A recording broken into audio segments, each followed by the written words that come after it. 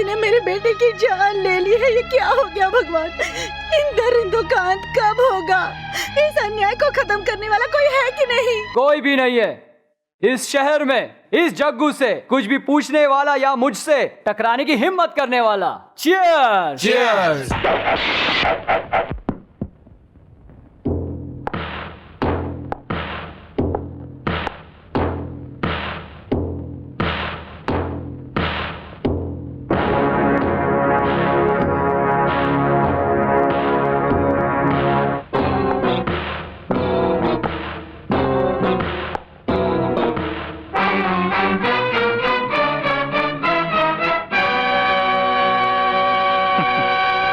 इस शहर में आए हुए नए इंस्पेक्टर को लगता है हमारे बारे में कुछ पता नहीं है, इसीलिए यहाँ आने की हिम्मत की।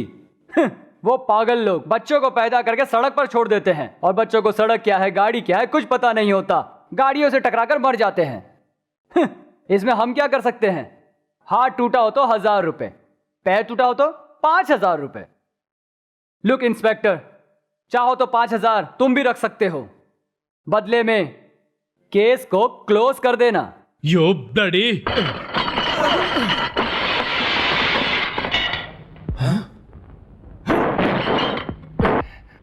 इंस्पेक्टर, मैं इस शहर के एमएलए का बेटा हूं, समझा? तू एमएलए का बेटा हो चाहे यमराज का बेटा, गुनहगारों को खाकी वर्दी के सामने सर झुकाना ही पड़ता है। शराफत से इधर से चला जा, नहीं तो। चॉकलेट खाकर स्कूल जाने वाले मेरे प्यारे बच्चों, मेरे एक थप्पड़ को भी तुम लोग सह नहीं सकते और तुम लोग मुझे मारना चाहते हो। ओके,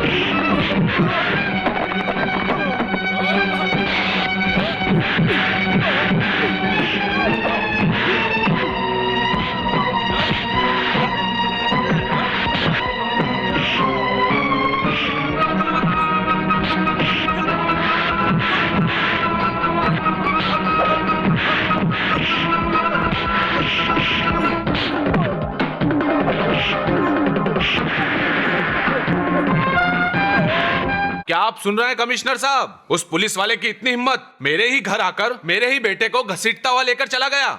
लगता है कानून और अपनी वर्दी का ज्यादा ही घमंड आ गया उसे। ये कानून का रखवाला हमारे शहर में क्या कर रहा है? उसका जल्दी से ट्रांसफर करवाइए।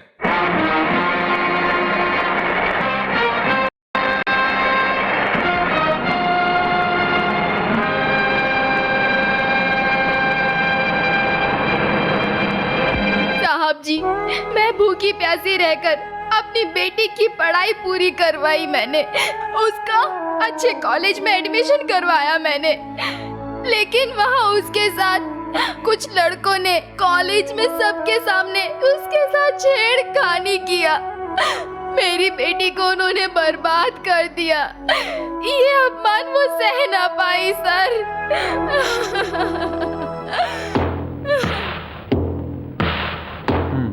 वो कौन थे मुझे कुछ पता नहीं है इंस्पेक्टर। नो, आपका कहना बिल्कुल झूठ है। एक जिम्मेदार प्रिंसिपल होकर आप भी झूठ बोलेंगे तो सच मर जाएगा। वो कौन है बताइए। इंस्पेक्टर, मैं आपके भले के लिए ही बोल रहा हूँ। वो सभी इस कॉलेज को चलाने वाले अमीर बापों के बेटे हैं। अगर मैंने सच बता भी दिया तो क्या उन गुनहगारों को उनके किए की सजा मिलेगी? मुझे आपके उपदेश की कोई जरूरत नहीं है। मुझे मेरे सवालों के जवाब चाहिए। अगर आप सच्चाई नहीं बताएंगे तो I have to take action against you. कौन है वो लोग? वो कम ऑन, वो come on, tell me. Raju, Prakash, Ramesh और गोपाल है।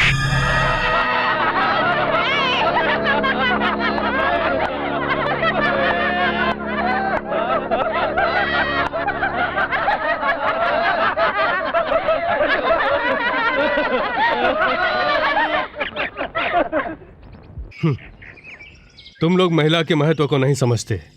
अपनी थोड़ी सी खुशी के खातिर लड़की की जान ले ली, इसलिए सजा भी भुगतो।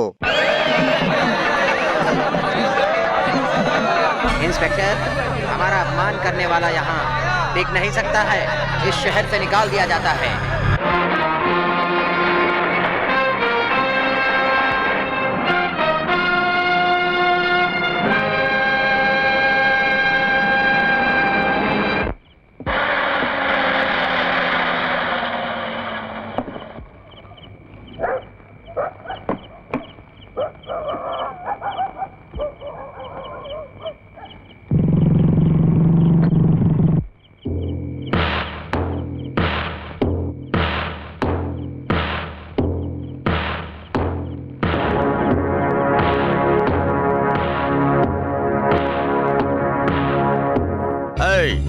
कौन है रे तू? इस एरिया में जो भी आता है वो इस रंगा दादा का नाम सुनते ही सलाम करके गुलाम बन जाता है, और तू इस शहर में कदम रखते ही मुझे अरेस्ट करने के लिए आ गया। अगर सचमुच तू मर्द का बच्चा है तो मुझसे लड़कर तू मुझे पकड़ ले, नहीं तो कुत्ते की तरह दुम दबाकर यहाँ से वापस चला जा। इससे पहले कि खून खराबा हो, तू अपना गुनाह कबूल कर ले। पुलिस की वर्दी तेरे बदन पर है ना, इसीलिए तू इतना इतरा रहा है। तेरे बदन से ये पुलिस की वर्दी नहीं उतार दिया तो मेरा नाम भी रंगा दादा नहीं। तेरे सर पे चढ़े हुए इस घमंड को आज मैंने नहीं तोड़ा तो मैं भी एक बाप का बेटा नहीं।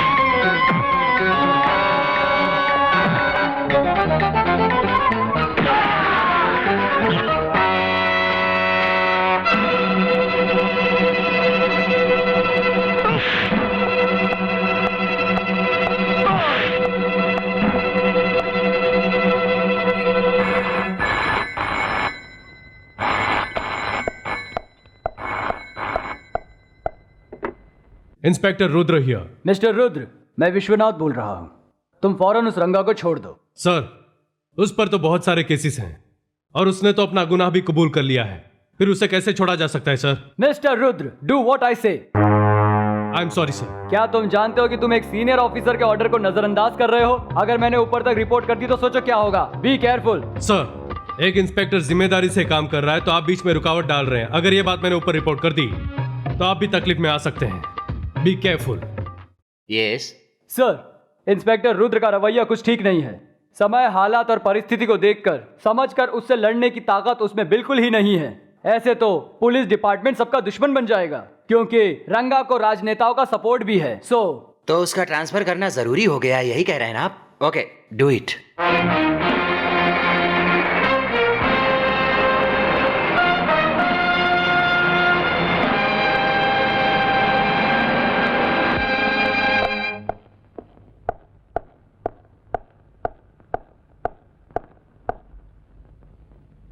Good morning sir. Good morning mister Rudra Kumar. आपकी ही फाइल देख रहा था। 2 साल में सिर्फ 3 ही बार आपका ट्रांसफर हुआ है, यह आपकी फाइल कह रही है। मुझे ऐसा लगता है कि आपसे ज्यादा गुस्सा बर्दाश्त नहीं होता। Mister Rudra, what is the reason? Sir, मेरी आंखों के सामने अन्याय हो रहा हो तो क्या मैं उसे चुपचाप देखता रहूं? शायद मेरे काम करने का यह तरीका डिपार्टमेंट को पसंद नहीं आया। I can understand your feeling. अन्याय अगर आंखों के सामने ही होता हो तो गुस्सा आना बहुत ही स्वाभाविक है, लेकिन ऐसे में अपने आप को काबू में रखना चाहिए। मिस्टर रुद्र कुमार, आप आज से अपना काम शुरू कर सकते हैं। Thank you sir.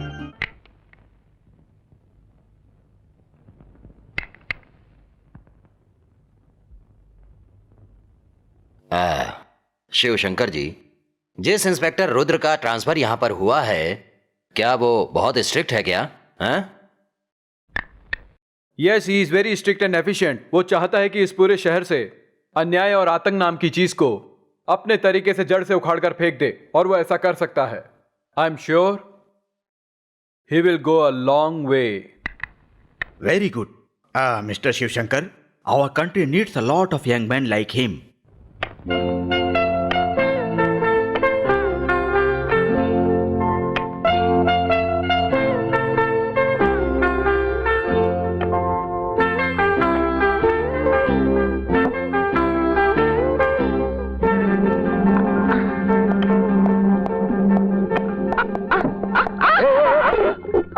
ये तुम क्या कर रही हो? ये सब करने के लिए तुम्हें किसने कहा? खाली बैठी थी इसलिए करनी चली गई। इसमें क्या हुआ भैया, आपके रहते हुए मुझे कुछ भी नहीं हो सकता। कुछ भी नहीं होता। अगर मैं तुम्हें नहीं पकड़ता तो तुम यहाँ नीचे गिर गई होती और बैठकर रो रही होती। मैं नहीं रोती भैया, बल्कि मुझे गिरते देखकर आप ही रोने लगते। तुम गिरोगी तो मैं क्यों रोऊंगा? तुम रो, मुझे क्या? मैं गिरूंगी तो आपको क्या? जाने दो, मुझे आपसे कोई बात नहीं करनी। ठीक है, जाओ, तुम मुझसे बात मत करो। मुझे भी बात मत मुझे करो। तुमसे कोई बात नहीं करनी। मुझे तुमसे बात नहीं करनी है। अरे अरे अरे अरे, घर में पैर रखते ही तुमने अपना झगड़ा हमेशा की तरह शुरू कर दिया। बड़े हो गए हो, कब समझ आएगी? बात बस इतनी सी है माँ। मैं अगर सही समय पर नहीं आया होता तो आपकी बेटी नीचे गिर गई होती। हाँ? शक्ल सूरत बिगड़ी होती। अरे रे। और नाक पहले से मोटी होती। कुछ भी कहो माँ, आपकी बेटी गुस्सा करने में नंबर 1 है। अब तो मेरी भी बात नहीं मानती। आखिर आपकी बेटी है ना। क्यों भैया, ये आपकी बेटी क्यों कहा? तो फिर और क्या कहूँ तुम्हें? मेरी बहन कहने से आपका कुछ बिगड़ जाएगा क्या? ठीक है मेरी माँ, आज से तुम्हें प्यारी बहना कहूँगा। चुपचाप। ये तो किसी की नहीं सुनती बेटा। नए घर में आने की खुशी में तेरी बहन मेरी क्या किसी की भी बात नहीं सुनती। वही तो मैं भी कह रहा हूँ माँ, छोटे बड़ों का डर नहीं, कुछ नहीं। चुप हो जाइए भैया, आप अपना पावर पुलिस स्टेशन में दिखाना। यहाँ पर आपकी दाल नहीं गलेगी। ये मेरा घर है, मेरी मर्जी चलेगी। मैं जैसे भी रहूँ और जो भी करूँ। वैसे भी इस शहर के तो हम कुछ ही दिनों के मेहमान हैं। उसके बाद तो चुप रहो। कुमार, तुम मेरी बात सुनते तो हो पर मानते नहीं। तुम अपना फर्ज खूब निभाते रहो, मगर बिना मतलब के किसी से हमेशा की तरह दुश्मनी मत मोल लेना बेटा। तेरे पिताजी भी पुलिस की ड्यूटी के दौरान न्याय, ईमानदारी, सच्चाई और धर्म की वजह से कुछ लोगों की आंखों में खटकने लगे। मैंने उन्हें तो खो दिया, मगर तुम्हें नहीं खोना चाहती हूँ बेटा। तू ही तो हमारा एक सहारा है। माँ, जब तक तुम्हारा आशीर्वाद मेरे साथ है मुझे कुछ नहीं होगा। धीरज रखो माँ। मेरा आशीर्वाद हमेशा तेरे साथ है। भैया, आपको एक बात तो बताना भूल ही गई। बोलो बहना। आशा का फोन आया। आशा का? कुमार, मैं कितने दिनों बाद तुमसे मिल रही हूँ। तुम्हें पता नहीं मैं कितनी खुश हूँ। कुमार जी, मैं कोई कहानी नहीं सुना रही हूँ। जानता हूँ आशा, मैं तुम्हारी इस खूबसूरती को देखते ही खुद को भूल जाता हूँ। You are really beautiful. Very funny. ये सब झूठ है। झूठ है? तुम मेरे सीने पे कान रख के सुनो, तब पता चलेगा।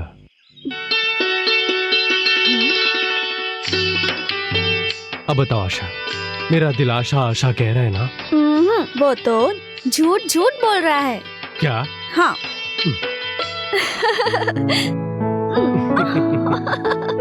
और इसकी ये सजा है, आपको मेरे डैडी से मिलना होगा। डैडी? अभी मेरे साथ चलकर मेरे डैडी से मिलना होगा। अब डैडी।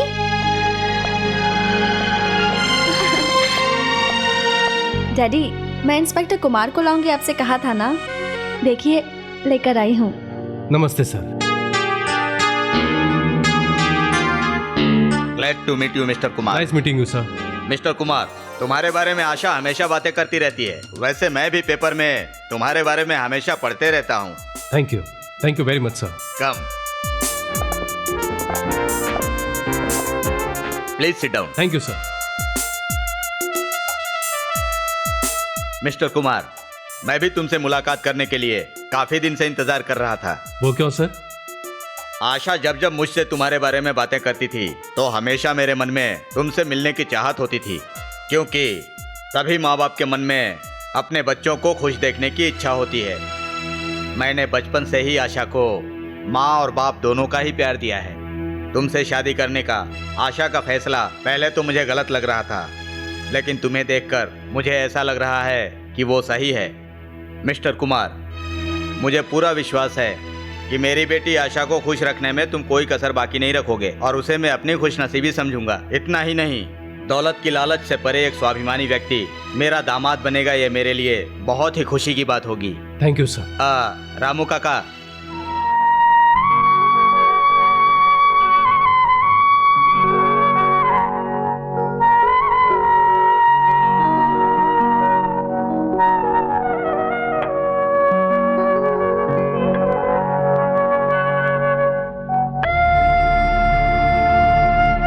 मिस्टर कुमार, आपकी माँ से बात करके एक अच्छा मुहूर्त निकालकर मैं आशा की शादी आपसे करा दूंगा। क्या कहते हैं आप? नहीं सर, मेरी बहन की शादी होने से पहले मैं शादी करना नहीं चाहता। Very good. मैं आपको सिर्फ एक ईमानदार और निष्ठावान पुलिस ऑफिसर ही समझता था, लेकिन अब पता चला कि आप राखी के बंधन को निभाने वाले एक जिम्मेदार भाई भी हैं। Okay mister Kumar, as you like. अच्छा सर, अब मैं चलता हूँ। Okay. Mister Kumar. Yes sir. आज से इस घर को अपना ही घर समझिएगा। आप यहाँ कभी भी आ जा सकते हैं। Thank you sir. See you Asha. Bye.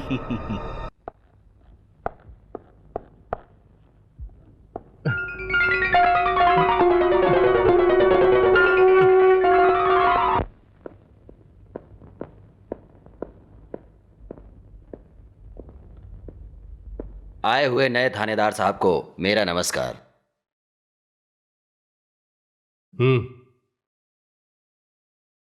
कहिए, क्या कर सकता हूं मैं?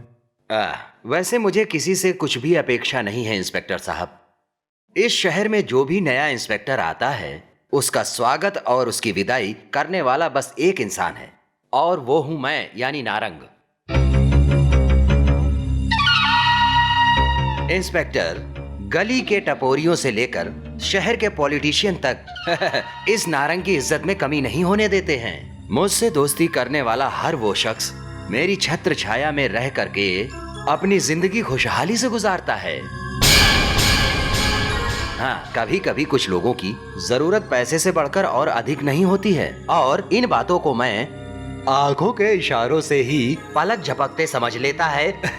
ये नारंग। मिस्टर नारंग, फालतू की बकवास करके मेरा टाइम वेस्ट मत कीजिए। यही बात बताने तो मैं आया हूँ इंस्पेक्टर साहब। इंसान की जिंदगी में टाइम का बहुत महत्व होता है। आंखें जाने के बाद सूर्य को देखने की चाह बेकार होती है। आप जवानी की पहली सीढ़ी पर हैं। अनुभव लेने के लिए पूरी उम्र पड़ी है इंस्पेक्टर साहब। 403। उसकी कोई जरूरत नहीं पड़ेगी इंस्पेक्टर साहब। अपने आप मैं आया था और खुद ही चला जाऊंगा। मगर एक बात अच्छी तरह से याद रखना, एक ना एक दिन तुम चलकर खुद मेरे अड्डे पर आओगे और तुम्हें आना ही होगा, समझे? मेरी बात याद रखना।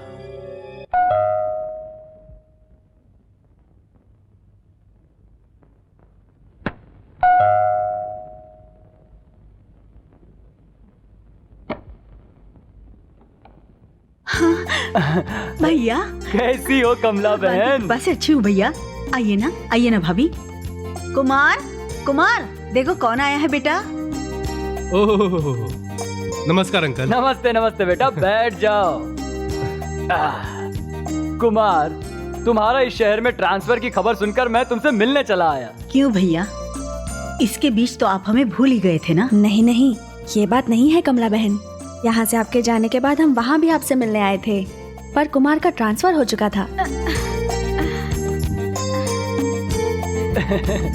नमस्ते अंकल। बैठो बेटी। बैठो। तुम कैसी हो बेटी राधा? अच्छी हूँ आंटी।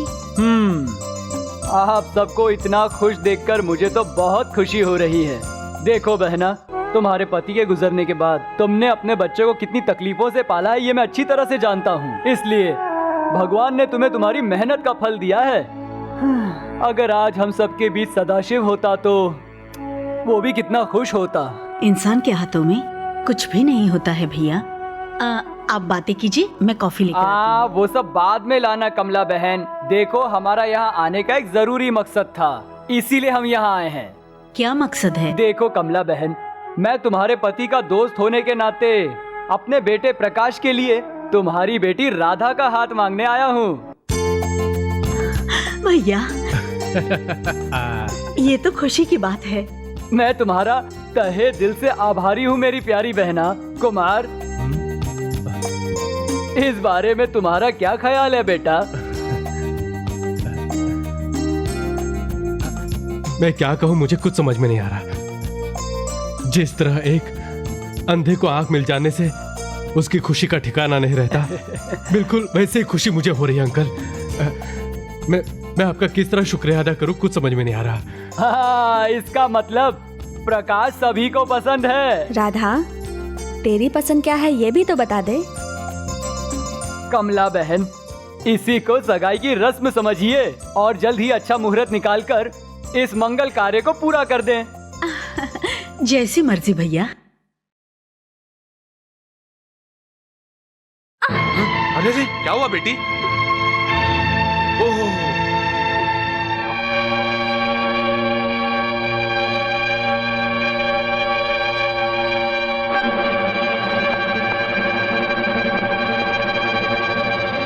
आशा, क्या हुआ बेटी? कुछ नहीं डैडी, मैं एप्पल काट रही थी, उसी में हाथ कट गया और डॉक्टर अंकल घबरा गए।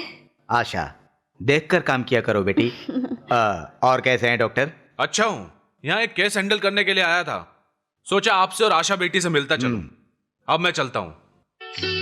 आशा बेटी, मैं फिर आऊंगा। Okay uncle. हाँ?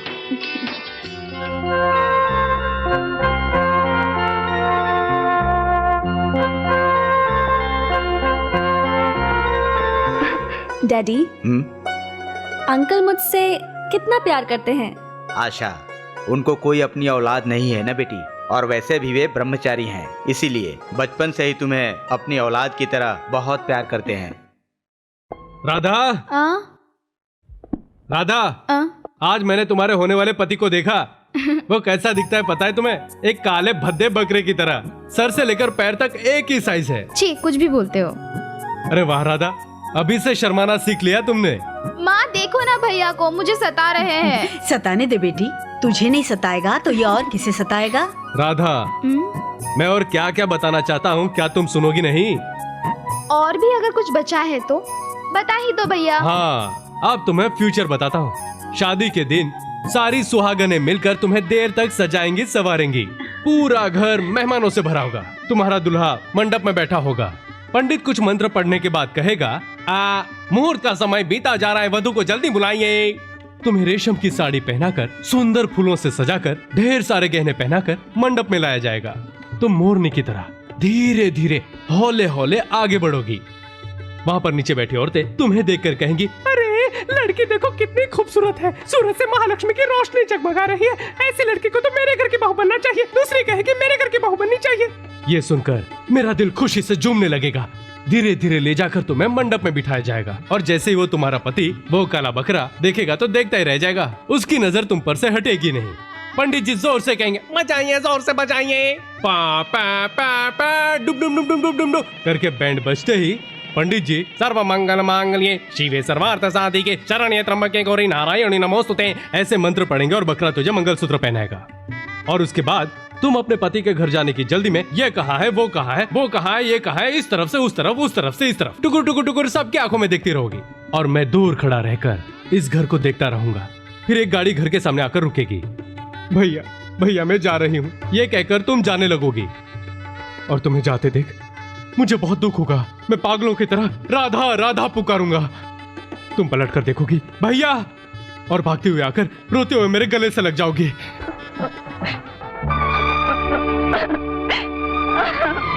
राधा राधा तुम रो क्यों रही हो? भैया तुम्हारे हिसाब से विदाई के दिन दौड़कर तुम्हारे गले लग जाऊंगी मैं, लेकिन ऐसा नहीं होगा भैया। मेरे पैर नहीं है मेरे पैर नहीं है भैया। आई एम सॉरी राधा, मैंने खुशी में और अनजाने में न जाने बहुत कुछ कह दिया। मुझे माफ कर देना मेरी बहन। नहीं भैया, मुझे आपकी कोई बात बुरी नहीं लगी। उस भगवान ने मेरे भैया की आशाओं पर पानी फेर दिया, इसलिए रो रही हूँ मैं भैया। देखो अब रोना नहीं, तुम्हारी आंखों में आंसू अच्छे नहीं लगते। चलो अब हंसो जरा प्लीज। मैं ही हंसाऊंगा तुम्हें, हाथी के ऊपर, ऊंट के ऊपर, घोड़े के ऊपर और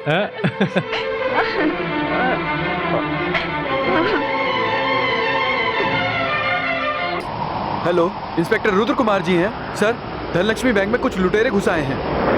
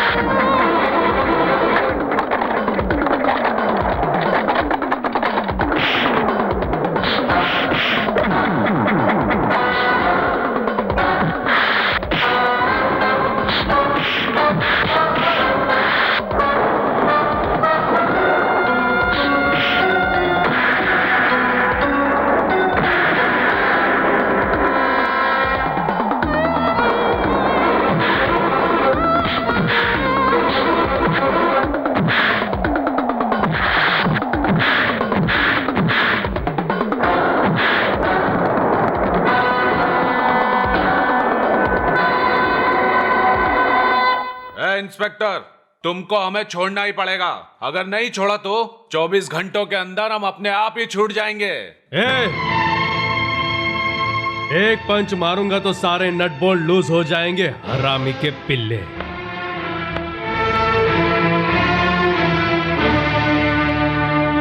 कॉर्नर 3। Yes sir. क्या है ये? आपको देने के लिए नारंगराव मिठाई का डब्बा लेकर आए थे सर।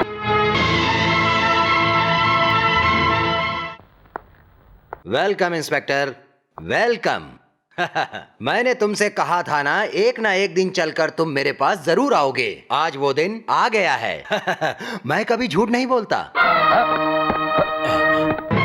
इंस्पेक्टर, सोने के झूले में झूलने वाला, चांदी के लोटे में दूध पीने वाला भी पैसे को इस तरह नहीं ठुकराता। पैसे की अहमियत शायद आपको पता नहीं है। पैसा दुनिया की सबसे बड़ी ताकत होती है। यह आपकी गलतफहमी है मिस्टर नारंगराव। पैसों से सब कुछ हासिल नहीं किया जा सकता। अगर ऐसा होने लगा नारंगराव, तो सत्य और धर्म की मौत हो जाएगी।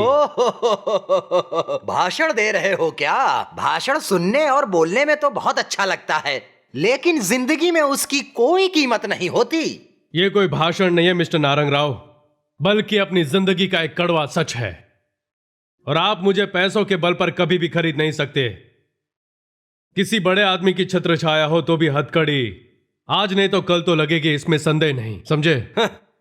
बिना सबूत और गवाही के तुम मेरे पास भटक भी नहीं सकते इंस्पेक्टर। मगर मैं चाह लूं तो तुम्हारी ईमानदारी से भरी हुई वर्दी को उतरवा भी सकता हूं और पहनवा भी सकता हूं।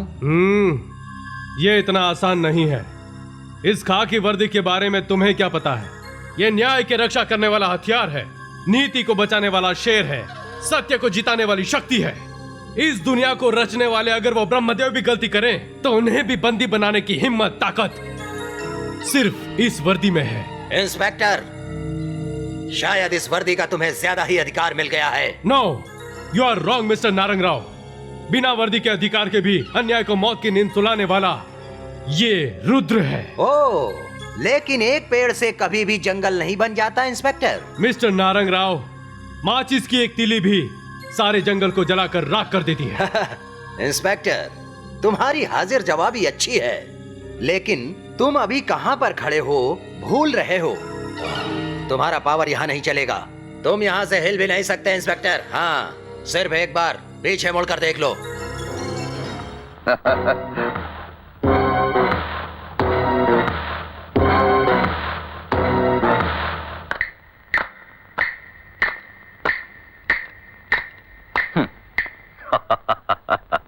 मिस्टर नारंग राव, आप इस शहर में गेम खेलते हैं तो हम भी अनाड़ी नहीं है। अगर मैं अभी 5 मिनट के अंदर बाहर नहीं गया तो बाहर भिखारी के वेश में खड़े मेरे आदमी अंदर आ जाएंगे, या अभी बुलाऊं?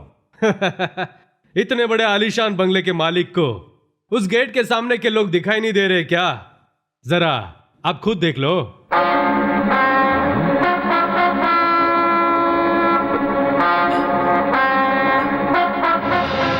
मिस्टर नारंग राव, मेरा आने का मकसद तुम्हारा दिया पैसा तुम्हारे मुंह पर फेंकना था, समझ गए?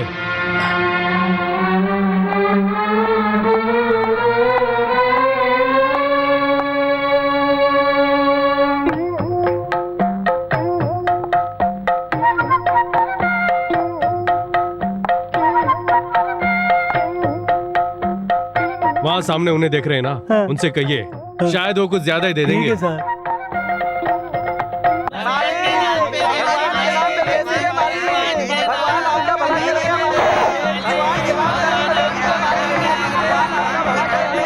भिखारियों को दिखा करके ये तो मुझे ही बेवकूफ बना गया। Connect to DSP. Hello DSP साहब, मैं नारंग बोल रहा हूं। मेरा एक जरूरी काम आपको अभी करना है। 403 सर, उन्हें छोड़ क्यों दिया? उनको तुरंत छोड़ने के लिए डीएसपी साहब का फोन आया था, इसीलिए छोड़ना पड़ा।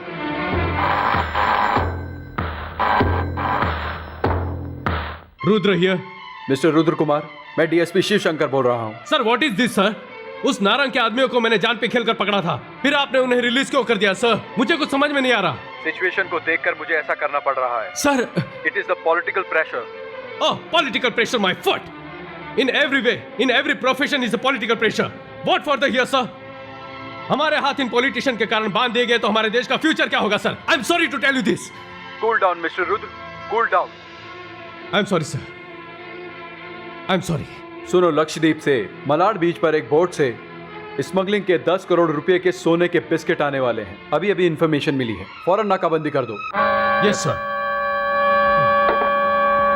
403। Yes sir. मैं मलाड बीच पर जा रहा हूँ, कोई खास इंफॉर्मेशन आए तो मुझे कांटेक्ट करें। Okay sir. हेलो सर, मैं 403 बात कर रहा हूँ। बोट आने की खबर सुनकर रुद्रा अभी अभी मलाड बीच पर गया है सर। ओके, बाकी मैं सब संभाल लूंगा। लुक, उस रुद्र की आंखों से माल ओझल करना इतना आसान काम नहीं। Be careful.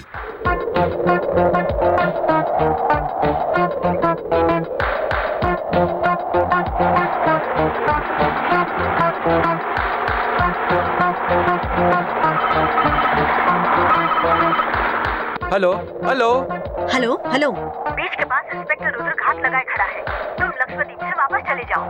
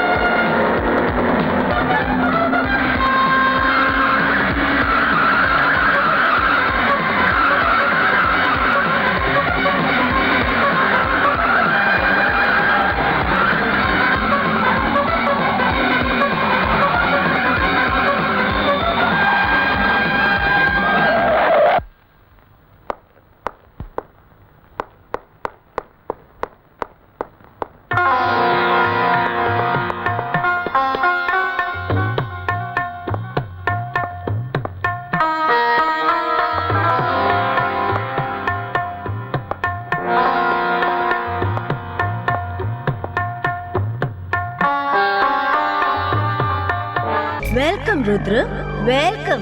शिकार पर जाने वाले शेर को लगता है शिकार नहीं मिली, इसीलिए खाली हाथ आकर खड़े हो। Very sad. मैं औरत की इज्जत करता हूँ, इसलिए शराफत से कह रहा हूँ, कम आउट एंड सरेंडर।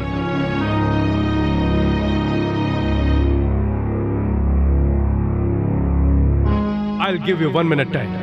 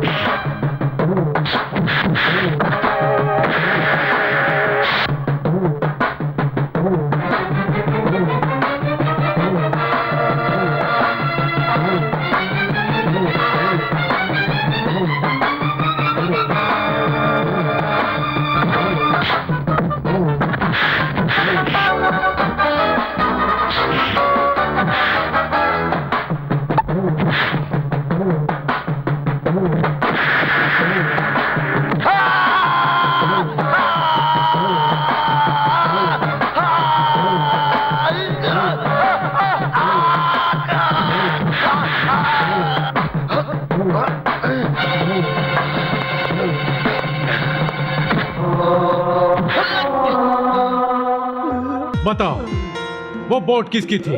वो वापस क्यों गई? मुझे नहीं पता। सर, मैं 403 बात कर रहा हूँ सर। इंस्पेक्टर रुद्रा माइकल को पकड़कर लॉकअप में डाल दिया है सर। वो उसे बुरी तरह पीट रहा है सर। माइकल को खत्म कर दो। Okay sir. बता, उन्हें इन्फॉर्म करने वाला कौन है? मुझे नहीं पता।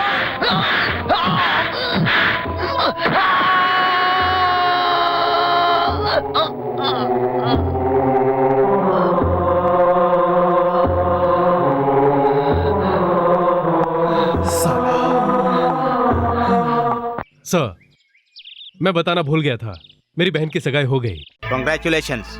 लड़का कौन है? काम क्या करता है? मेरे पापा के दोस्त का बेटा है, पीपल्स बैंक में मैनेजर की पोस्ट पे है। बहुत खुशी की बात है कुमार। तुम्हारी बहन की शादी के साथ साथ मैं सोचता हूँ तुम्हारी भी शादी हो जाए। कोई एतराज है? नहीं सर, पहले बहन की शादी होगी, फिर मेरी शादी।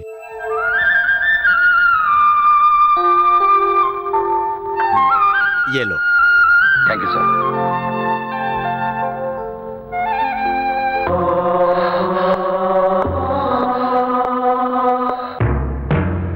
Michael, Michael, Michael.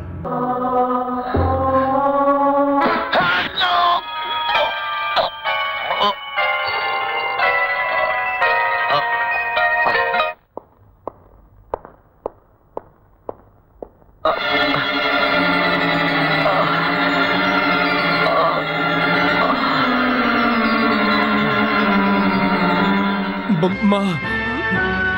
Kumar, Kumar, क्या हुआ बेटा? तुम्हें क्या हुआ? कुछ नहीं माँ, थोड़ा सा सर घूम रहा था, थोड़ा सा आराम करूंगा तो ठीक हो जाएगा।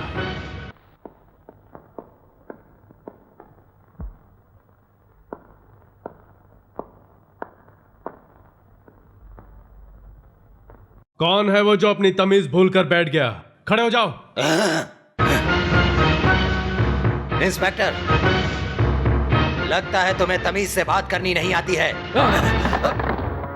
किस किस को कब कब कहां कहां कितनी इज्जत देनी है, ये इस रुद्र को अच्छी तरह पता है। इंस्पेक्टर, ये पुलिस स्टेशन है, तेरे बाप का घर नहीं। लॉकअप में बंद माइकल को साथ ले जाने आया हूं मैं। ये रुद्र कुमार के रहते ऐसा नहीं हो सकता। कानून किसी के बाप की जागीर नहीं है inspector.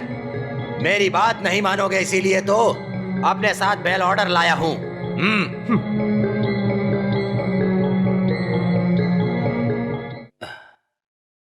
403 yes sir.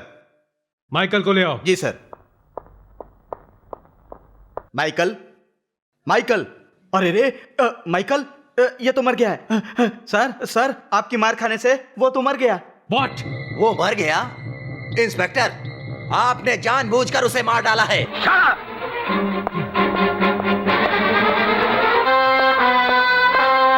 Michael, Michael, Michael! No, no! Mister Rudra Kumar, medical report के अनुसार माइकल तुम्हारे पीटने से ही मरा है और 403 ने भी गवाही दी है। सर, मेरा टॉर्चर इतना सख्त नहीं था कि वो मर जाए सर। Believe me sir. तो बताओ वो कैसे मरा? Tell me how. यही तो मुझे भी समझ में नहीं आया। No, I am sorry, I can't help you. You have been suspended from the service till further inquiry. Kumar, आज नहीं तो कल सच सामने आ जाएगा। तुम ज्यादा मत सोचो बेटा। मैं सस्पेंड हुआ इस बात का दुख नहीं है माँ। मेरे दामन पर जो दाग लगा है उसी वजह से परेशान हूं मैं। सर, आने वाले 16 तारीख को मेरे बेटे की शादी है। अगर आप वहां आकर आशीर्वाद देंगे तो बड़ी कृपा होगी। हाँ, वेरी गुड। हाँ, लड़की किस गांव की है? इसी गांव की है सर। इंस्पेक्टर रुद्र की छोटी बहन है वो। हाँ, तो परमेश्वर जी, आपके बेटे को पढ़ने के लिए पैसे किसने दिए? आप ही ने सर। आपके बेटे को काम किसने दिलाया? आप ही ने सर। आपको इस ओहदे पर कौन लेकर आया? अरे आप ही ने तो सर। भला मैं आपके उपकारों को कैसे भूल सकता हूँ सर। ऐसा समझते हो तो तुम्हें मेरा एक काम करना पड़ेगा। कैसा काम सर? तुमको अपने बेटे की शादी रुकवानी पड़ेगी। ये आप कैसी बात कर रहे हैं सर? जो तुम्हें सुनाई पड़ रहा है मैं वही बात कर रहा हूँ। लेकिन क्यों? जो कहा वही करो, वजह मत पूछो। इसमें तुम्हारा जितना भी खर्चा हुआ है सब देने के लिए तैयार हूँ मैं। सर देखिए, ये पैसों का सवाल नहीं है बल्कि ये मेरी मान मर्यादा का सवाल है। करेक्ट, इसीलिए तो कह रहा हूँ मुझसे दुश्मनी लेने वाले इंस्पेक्टर रुद्र की इज्जत मर्यादा मिट्टी में मिल जानी चाहिए। इसलिए शादी रोकनी होगी। लेकिन माफ कीजिएगा सर, अब इस शादी को रोकना बहुत ही मुश्किल है। परमेश्वर, इतने सालों से मेरा नमक खाने के बाद मुझसे जुबान लड़ा रहे हो? हाँ?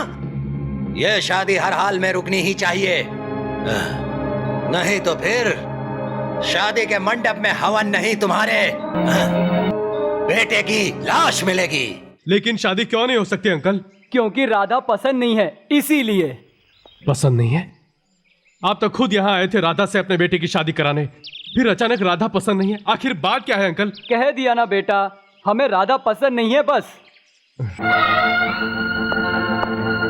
माँ जी, आप ही उन्हें मनाइए माँ जी। अंकल, हमसे कोई गलती हुई है तो बताइए, लेकिन शादी से इनकार मत कीजिए। मेरी शादी होगी, मैं ऐसे रहूंगी, मैं वैसे रहूंगी, ये राधा कहती है। उसके सपने चूर चूर हो जाएंगे अंकल।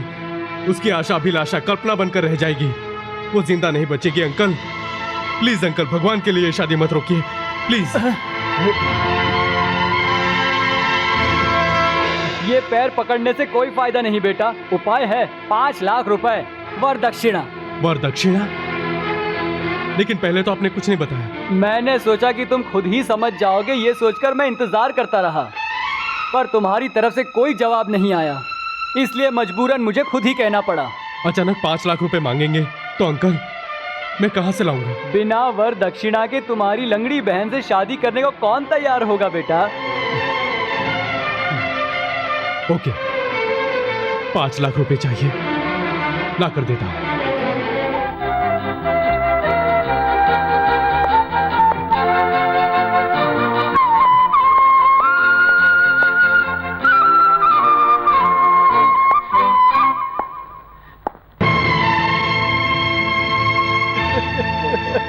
भगवान,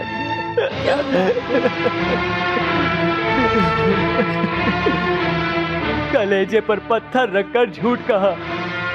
एक तरफ कुआं, दूसरी तरफ खाई। रुद्र की ये हालत मुझसे देखी नहीं जा रही। पार्वती, मैं क्या करूं, मैं क्या करूं?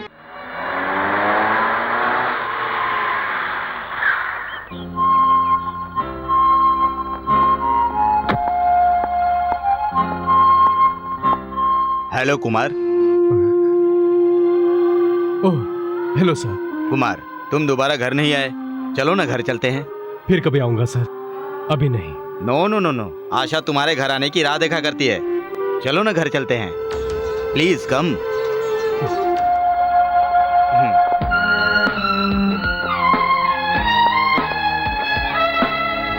आशा, आशा। साहब जी, आशा बिटिया बाहर गई है। आई एम सॉरी कुमार। कोई बात नहीं सर। प्लीज सिट डाउन, बैठो ना।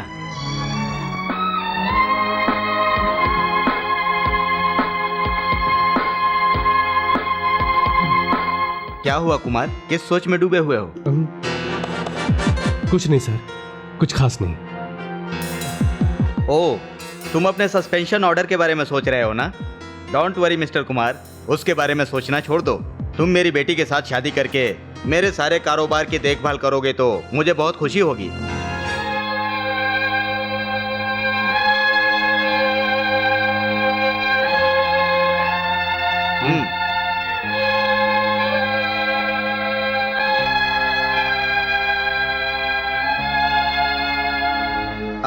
अच्छा ये बताओ, तुम्हारी बहन की शादी की तैयारी कैसी चल रही है? अच्छी चल रही है। Mister Kumar, if you want any help from me, you are most welcome. तुम कुछ नहीं कहोगे, आशा जैसा कह रही थी, तुम बहुत ही स्वाभिमानी व्यक्ति हो। ठीक है सर, मैं चलता हूँ। आशा है तो बता दीजिएगा। ओके।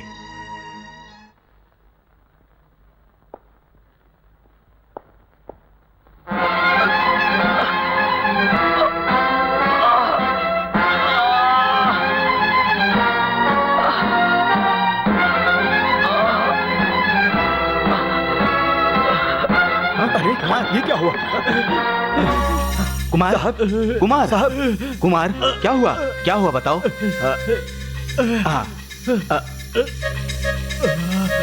कुछ पता नहीं सर, पता नहीं, मेरा सर बहुत घूम रहा है। डॉक्टर को इस बारे में बताए थे क्या? नहीं सर।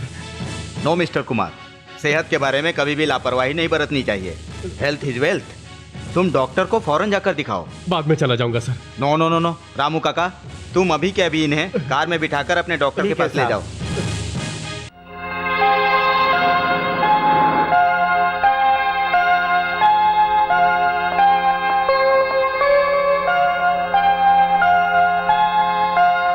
एक्सरे रिपोर्ट देखे बिना मैं कुछ भी नहीं कह सकता mister Kumar.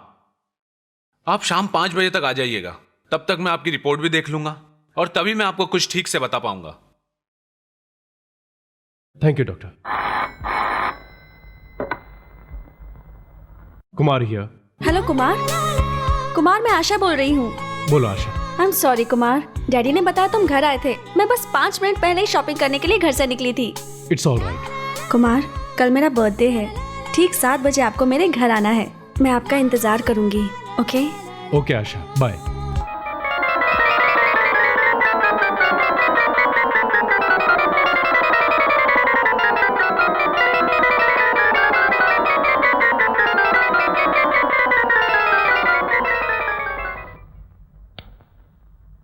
Good evening doctor. Good evening, good evening. क्या एक्सरे रिपोर्ट? हाँ, आ गई है। मैं उसे देख रहा था। मिस्टर कुमार, हम जो भी सोचते हैं वो सच नहीं होता। वो इसलिए कि ऊपर वाला भी तो सोचता है। कभी कभी ऐसा भी होता है, ऊपर वाले की मर्जी के आगे इंसान की कुछ भी नहीं चलती। देखो कुमार, इंसान को जिंदगी में कितनी भी तकलीफ भले ही क्यों ना आए, उसे हमेशा हिम्मत से काम लेना चाहिए। डॉक्टर, आप कहना क्या चाहते हैं? मेरा मतलब है कि इतनी कम उम्र में तुम्हें ऐसी बीमारी कैसे हो सकती है, मैं समझ नहीं पा रहा। बीमारी? हाँ मिस्टर कुमार, हमें जल्द से जल्द आपका एक ऑपरेशन करना होगा। ऑपरेशन? जी हाँ, और ये कोई छोटा ऑपरेशन नहीं है, बहुत ही बड़ा ऑपरेशन होगा। मैं एक बात और कहना चाहता हूं कि इस ऑपरेशन में हम कितना सक्सेस होंगे कह नहीं सकता, और अगर ऑपरेशन कामयाब हो भी जाता है तो पेशेंट की दोनों आंखों की रोशनी जा सकती है और वो पागल भी हो सकता है।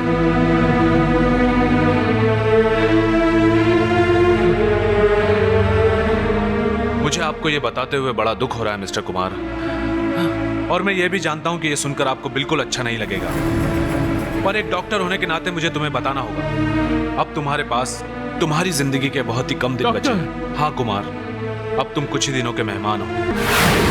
डॉक्टर, आप घुमा फिरा कर बातें क्यों कर रहे हैं? आखिर मुझे हुआ क्या है डॉक्टर? बताइए डॉक्टर प्लीज। तुम्हें ब्रेन ट्यूमर है।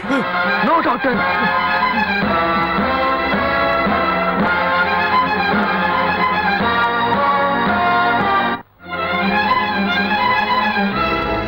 आई एम सॉरी, बट एक्सरे के हिसाब से ब्रेन ट्यूमर ही है। देखिए, इस बात में कोई संदेह नहीं। This is middle oblongata. इस जगह पर ट्यूमर बहुत ही खतरनाक होता है और वो कभी भी फट सकता है।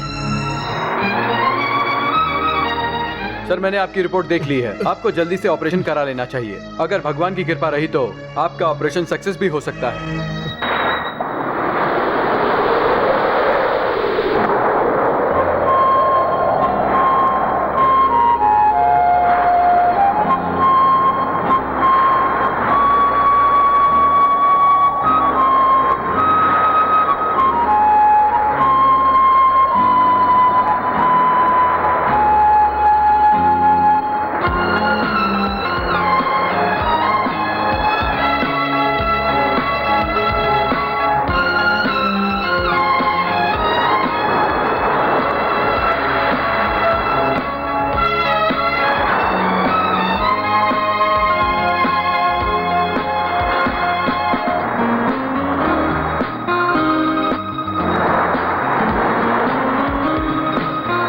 आशा, तुम ऐसे क्यों देख रही हो? कुमार, ये लहरें देख रहे हो कैसे एक के पीछे एक आ रही हैं? वैसे ही जैसे मैं तुम्हारे पीछे पीछे आता हूँ। नहीं, तुम्हारे पीछे पीछे तो मैं आती हूँ। कुमार, हमें हमेशा ऐसे ही साथ रहना है। नहीं आशा, हमारा साथ लहरों की तरह हो ऐसा मत सोचना। ऐसा क्यों कह रहे हो कुमार? लहरें कुछ ही पलों में साथ छोड़ देती हैं। तो क्या तुम भी मेरा साथ छोड़ना पसंद करोगे? ऐसा मत कहो कुमार। लहरें जिस तरह से एक दूसरे से जुदा हो जाती हैं, उस तरह मैं आपसे जुदा होकर एक पल भी नहीं जी पाऊंगी।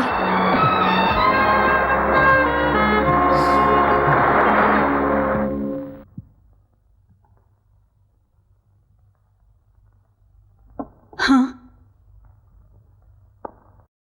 डॉक्टर,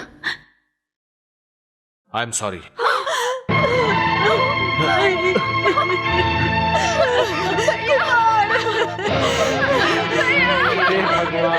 भगवान, ये क्या हो गया?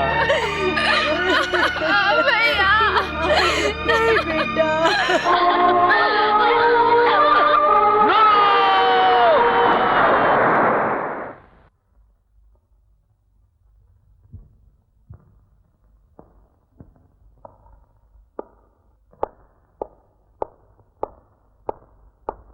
कुमार,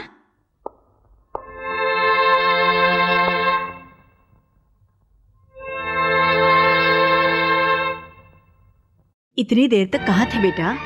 कहीं नहीं माँ। राधा सो गई क्या? हाँ, सो गई बेटा। कुमार, तुम इतने चुप क्यों हो बेटा? कुछ नहीं माँ। वो राधा की शादी नजदीक है ना, तो राधा को किस रंग की साड़ी पसंद है, कितनी साड़ियाँ लेनी है, कौन कौन से गहने बनाने हैं, ये सोच रहा था माँ। शादी में ढेर सारे लोग आएंगे ना माँ, अलग अलग तरह के लोग, तो खाना भी मजेदार होना चाहिए ताकि खान पान पर कोई भी उंगली ना उठा सके। हाँ? कुमार, तुम्हारे जैसे भाई को पाने के लिए राधा ने पिछले जन्म में न जाने कितने पुण्य किए होंगे, और उसके पिताजी जिंदा नहीं हैं, ये तुमने महसूस नहीं होने दिया बेटा। आखिर मेरी बहन है वो, उसे मैं खुशियां नहीं दूंगा तो फिर और कौन देगा माँ? कुमार, तेरी आंखों में आंसू? कुछ नहीं माँ, कुछ राधा के बचपन की यादें ताजा हो गई। मेरा उसके साथ खेलना, झगड़ा करना, सब कुछ याद आ गया था। वो हमें छोड़कर चली जाएगी ये सोचते ही मेरी आंखों में आंसू आ गए माँ, आंसू आ गए। कुमार, तेरी अच्छाइयों का फल तुझे भगवान देगा। तुम हमेशा सुख शांति से जियोगे, लंबी उम्र जियोगे बेटा। भगवान तुम्हें लंबी उम्र दे।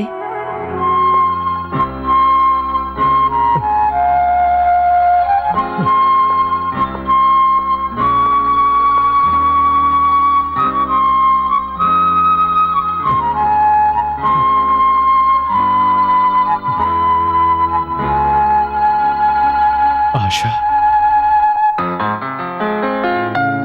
आशा, कुमार का इंतजार अब और कितनी देर तक करोगी बेटी? सारे मेहमान इंतजार कर रहे हैं। बस थोड़ी देर और daddy, please. Asha.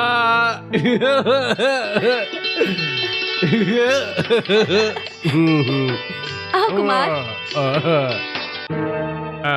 I am very sorry Asha, मुझे आने में थोड़ी देर होगी। Anyway, happy returns of the day. I am sorry. ये आशा, कट नहीं किया क्या केक को? Kumar, what is this? तुम पीकर आए हो? थोड़ा सा पिया हूँ, क्योंकि तुम्हारा बर्थडे है ना, फॉर द प्लेजर शेक। तुम भी थोड़ा पीना चाहो तो जाम को पी लो जान, सारे बदन में जोश आ जाएगा। कम ऑन आशा, आशा डार्लिंग, ये Asha, come on Asha, come on. Behave yourself. मैं पीता हूँ, ये बात किसी को भी पता नहीं है। मैं बहुत कुमार, स्टेडी, मैं फुल स्टेडी में हूँ। जेंटलमैन एंड जेंटल लेडीज, आज मैं आप सबको एक हैप्पी न्यूज सुनाने वाला हूँ। आज तो आशा का बर्थडे है। इसको भी अभी आना था, आकर पार्टी की ऐसी की तैसी कर दी। मुझे क्या समझ रखा है? मैं कौन हूँ अच्छी तरह से जानता हूँ, मुझे समझाने की जरूरत नहीं है। अंडरस्टैंड?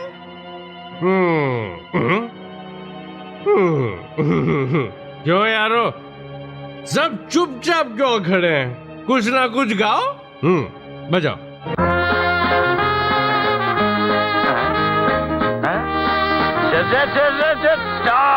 स्टॉप। ये कैसा म्यूजिक है? म्यूजिक तो ऐसा होना चाहिए कि आप बजाते रहो तो सामने वाले को खुशी होनी चाहिए, उसे झूमना चाहिए, वो होता है म्यूजिक। ये स्टाइल नहीं चलेगा, मेरे स्टाइल में आइए। मतलब हाई क्लास नहीं, लो क्लास। अब क्या कहते हैं? Okay, I am steady. Are you ready? Ready? 1 2 3 4। सुनिए जी,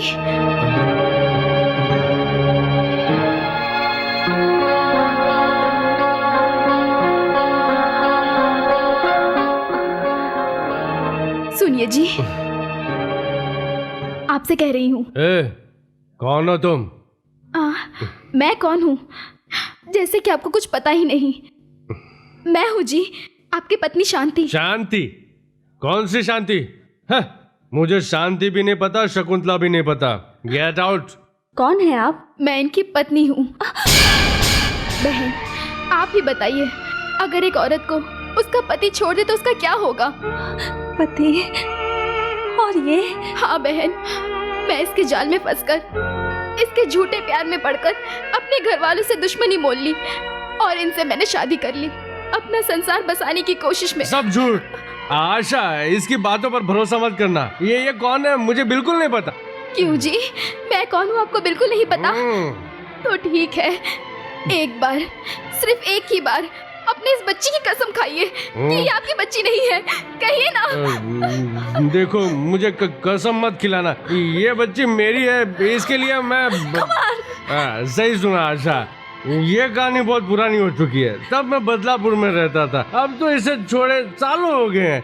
आई प्रॉमिस मैं यहाँ आने के बाद इसे भूल चुका हूँ। अब तुम ही मेरी सब कुछ हो। You cheat! I hate you! आशा, ए आशा, मेरी बात तो सुनो। सर, आशा मुझसे नाराज होकर चली गई सर। अब आप ही उसे समझाइए सर, मैं उसके बिना जिंदा नहीं रह सकता सर। यू ब्लडी फूल, तूने मेरी बेटी की जिंदगी के साथ खिलवाड़ किया और आज इतने लोगों के सामने मेरी मान मर्यादा को तूने मिट्टी में मिला दिया।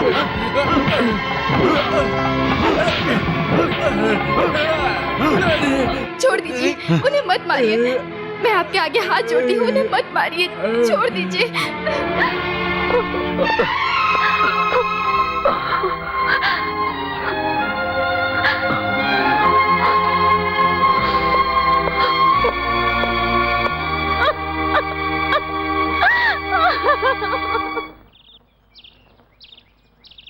मेरी पत्नी होने का नाटक करने के लिए बहुत शुक्रिया। ये लीजिए। मुझे शर्मिंदा मत कीजिए। प्यार के नाम पर लड़कियों को धोखा देने वाले बहुत मिल जाते हैं। एक लड़की की जिंदगी बचाने के लिए अपनी जिंदगी को कुर्बान करने वाले भगवान रूपी इंसान को आज मैं पहली बार अपनी आंखों के सामने देख रही हूँ। किसी औरत के लिए आपकी ये कुर्बानी देखकर मुझे समझ में नहीं आ रहा है कि मैं क्या कहूँ। अगर इस खेल के लिए मैंने पैसे लिए तो ये रिश्ता यहीं पर खत्म हो जाएगा। मैंने ये काम अपने भाई की खातिर किया है। मैं अपने आप को खुशकिस्मत समझती हूँ। दया करके आप मुझे अगर सच्चे दिल से बहन मानोगे तो मुझे बहुत खुशी होगी। मैं खुद को सौभाग्यशाली समझूंगी। आप खुश रहिए भैया। अब मैं चलती हूँ।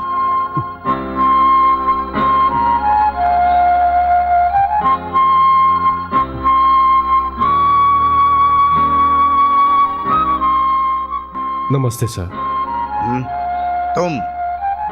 तुम यहाँ पर क्यों आए हो? मैं आपसे कुछ बात करना चाहता हूँ सर। तुमसे कुछ भी बात करने के लिए मेरे पास टाइम नहीं है। Get out. मेरी वजह से जो शर्मिंदगी उठानी पड़ी, आपके दिल को बहुत तकलीफ पहुंचाई है मैंने, लेकिन वो सब एक नाटक था सर। व्हाट? कल नाटक हो रहा था या फिर आज जो तुम कर रहे हो वो नाटक है? सर, मेरी बात पर विश्वास कीजिए। मेरी वजह से आशा की जिंदगी बर्बाद न हो, इसलिए मैंने ये सब किया। ये क्या कह रहे हो तुम? सर, मैं एक ब्रेन ट्यूमर पेशेंट हूं। ट्यूमर? मैं ट्यूमर के लास्ट स्टेज पर हूं सर, और अब ज्यादा दिन नहीं जीऊंगा, ऐसा डॉक्टर कहते हैं। मेरी वजह से आशा की हरी भरी जिंदगी सुनी ना पड़ जाए, इसलिए मैंने वो नाटक किया ताकि आशा मुझसे नफरत करने लगे सर। कल भरी महफिल के सामने मैंने आपको अपमानित किया, उसी की माफी मांगने के लिए आया हूं। दया करके मुझे माफ कर दीजिए। Kumar, I am sorry Kumar. I am extremely sorry. सच्चाई क्या है ये जाने बिना ही मैंने तुम्हें ना जाने क्या क्या कह दिया। कुमार, मुझे चाहे जो भी करना पड़े, तुम्हारी बीमारी का मैं जरूर इलाज कराऊंगा। मरने वाले को कोई भी नहीं बचा सकता है सर। अगर आप मेरे लिए कुछ करना चाहते हैं सर, तो क्या आप मेरी एक मदद कर सकते हैं? बताओ कुमार, बताओ। चाहे कुछ भी हो जाए, मगर यह बात आशा को पता नहीं चलनी चाहिए। कुमार, तुम्हारे इंसानियत और स्वाभिमान का कोई जवाब नहीं। मेरी बेटी के लिए तुम इतनी बड़ी कुर्बानी दे रहे थे। तुम्हारे दिल में आशा के लिए इतना प्यार है, यह देखकर मेरा दिल तो खुशी से भर गया है। मैं तो बस इतना ही कहूंगा, really really you are great. God bless you my सन।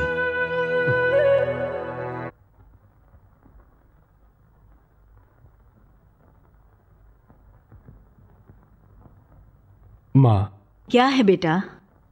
आज पता नहीं क्यों तेरे हाथों से खाना खाने का मन कर रहा है। खिलाओगी ना माँ? पूछता क्या है बेटा? मैं तुझे खिलाती हूँ, ले खा ले।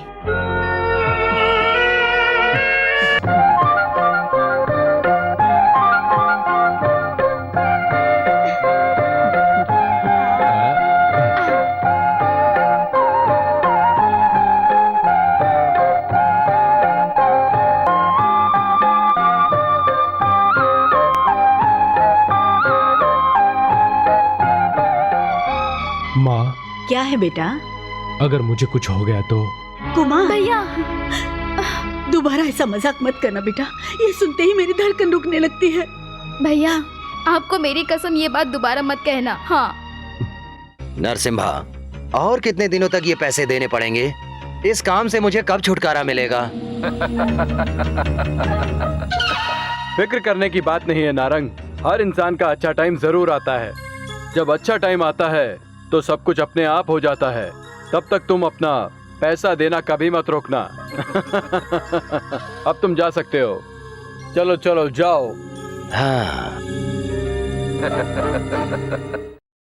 हेलो। हेलो धर्मा। तुम, क्या बात है? बिना कारण ये नरसिम्हा कभी किसी को फोन नहीं करता धर्मा। मुझे अभी के अभी 25 लाख रुपए चाहिए। 25 लाख? हाँ, अब तक तो तुम्हारे दिए हुए पैसे इधर उधर खर्च हो जाते थे। अब मुझे लाइफ सेटल करनी है, इसलिए अब एक नया बिजनेस शुरू करना चाहता हूँ। आप जल्द से जल्द पैसों का इंतजाम कर दो धर्मा, जितना जल्दी हो सके। नरसिम्हा, 25 लाख रुपए अभी मैं कहाँ से लाऊंगा? धर्मा, अगर तुमने मेरा पैसा नहीं दिया तो मजबूरन तुम्हारे बारे में तुम्हारी बेटी को बताना पड़ जाएगा मुझे, और उसके बाद करोड़पति धर्मा भिखारी बनकर रह जाएगा, साथ में चक्की भी पीसनी पड़ेगी। नरसिम्हा, मेरी बात तो सुनो। धर्मा, अगर पैसा वक्त पे नहीं पहुंचा तो इस नरसिम्हा को नरसिम्हा का अवतार लेना पड़ेगा, समझे?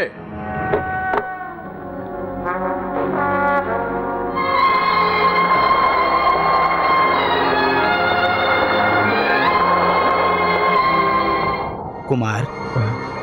सर। मिस्टर कुमार, मैं तुमसे एक मदद मांगने के लिए यहाँ पर आया हूँ। मदद? हाँ मिस्टर कुमार, मैं अभी एक बहुत ही बड़ी मुसीबत में फंस गया हूँ।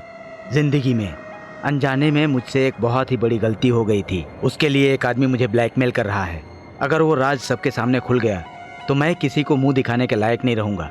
उससे संबंधित कागजात और फोटो से भरा हुआ लेदर बैग उसी के पास है। आप वो कागजात और फोटो मुझे दिला दें तो मैं आपका ये उपकार जीवन भर नहीं भूलूंगा। ये कैसे मुमकिन है सर? मैं आपके हरे जख्मों को शायद अनजाने में कुरेद रहा हूँ, लेकिन मुझे गलत मत समझना। मेरे पास कोई और रास्ता नहीं है, इसीलिए मैं आपके पास आया हूँ, क्योंकि अब इस उम्र में उससे मैं लड़ नहीं सकता।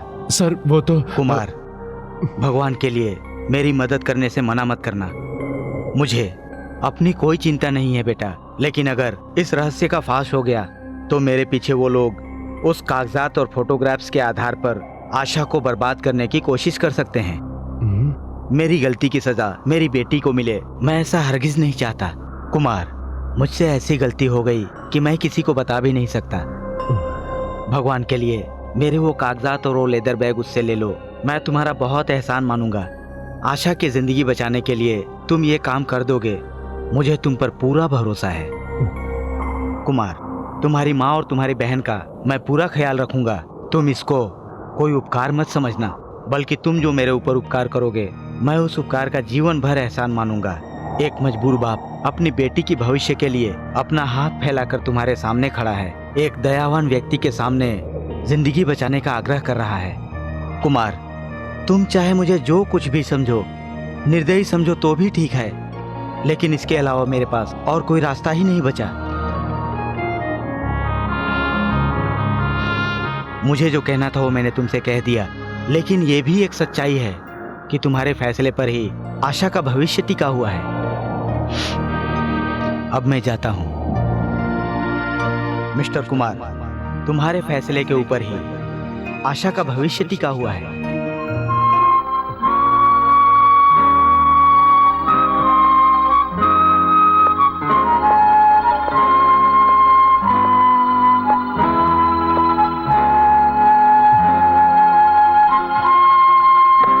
वो लेदर बैग किसके पास है सर?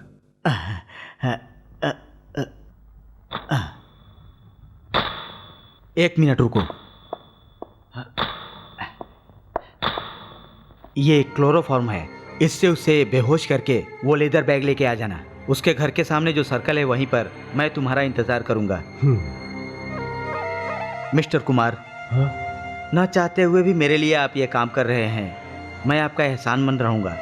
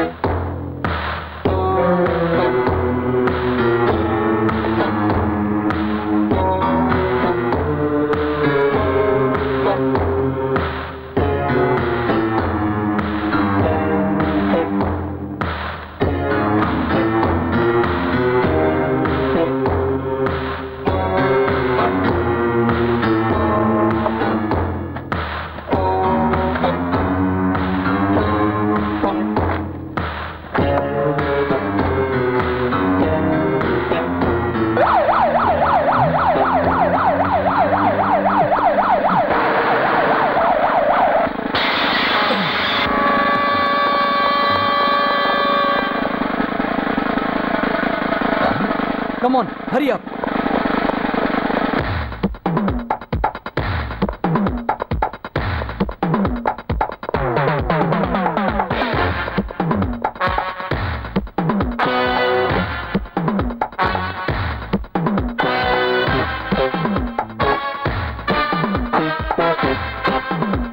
कुमार कुमार इधर फेंको।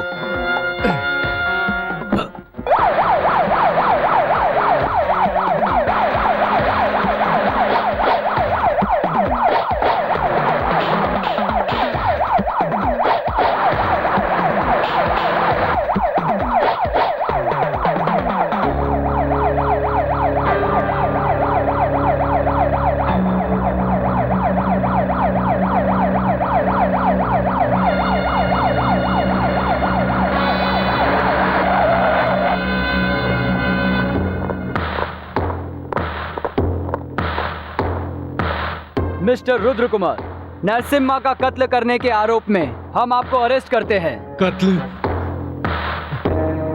इस मुकदमे की पूरी तफ्तीश और बयानों को सुनने के बाद मुजरिम रुद्र कुमार पर लगाए गए सारे इल्जाम सही साबित होते हैं। इसीलिए अदालत रुद्र कुमार को एक बहुत बड़ा अपराधी मानते हुए आईपीसी की धारा 302 के तहत फांसी पर लटकाने का हुक्म देती है। भैया बेटा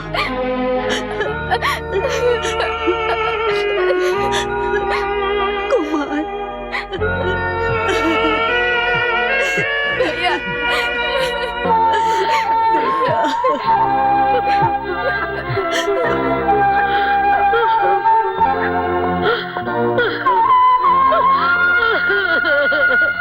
कुमार इस तरह किसी का कत्ल करेगा, ये मैंने कभी सोचा भी नहीं था।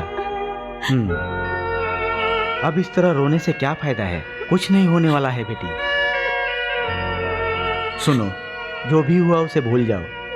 खुद को संभालो बेटी, खुद को संभालो।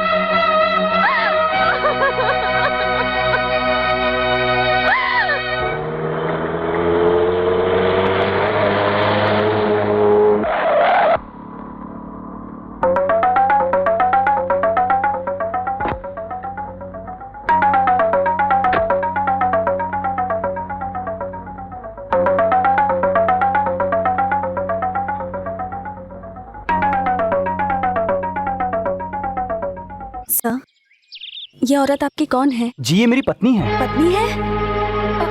फिर वो कुमार? वो सिर्फ एक नाटक था। नाटक था? ये आप क्या कह रही हैं? मैं सच कह रही हूँ आशा जी, मैं एक ड्रामा आर्टिस्ट हूँ। एक दिन रुद्र जी मेरे घर पर आए और उन्होंने मुझसे कहा कि तुम आशा और मेरे बीच दीवार खड़ी कर दो ताकि आशा खुद ब खुद मुझसे दूर चली जाए। इसीलिए मैंने उस दिन उनकी पत्नी होने का नाटक रचाया था। इतना ही नहीं आशा जी, उस दिन आपके बर्थडे पार्टी में डांस करने वाले भी हमारे ही ड्रामा के लोग थे जो परफॉर्म कर रहे थे। मिस आशा, रुद्र जी आपको अपनी जान से भी ज्यादा प्यार करते हैं। उस इंसान की सहनशीलता और ईमानदारी को देखकर हम जैसे लोगों को उन्हें तहे दिल से सलाम करना चाहिए।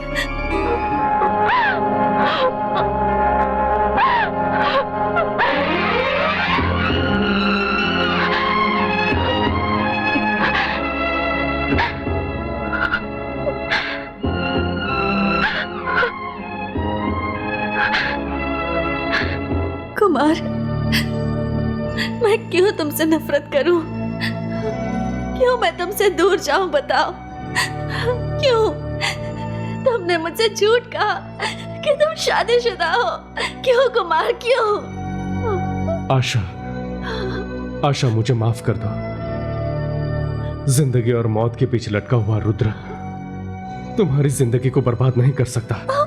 कुमार, ये कैसी बात कर रहे हो? आशा, तुम खुश रहो बस, इसीलिए मैंने वो सब नाटक किया था। क्योंकि मैं एक ब्रेन ट्यूमर पेशेंट हूं। कुमार, तुम्हें ब्रेन ट्यूमर है? क्या तुम ये सच कह रहे हो? कुमार, तुमने मुझे कितना पराया कर दिया। तुमने मुझे अपने सुख में शामिल किया, मगर दुख में नहीं।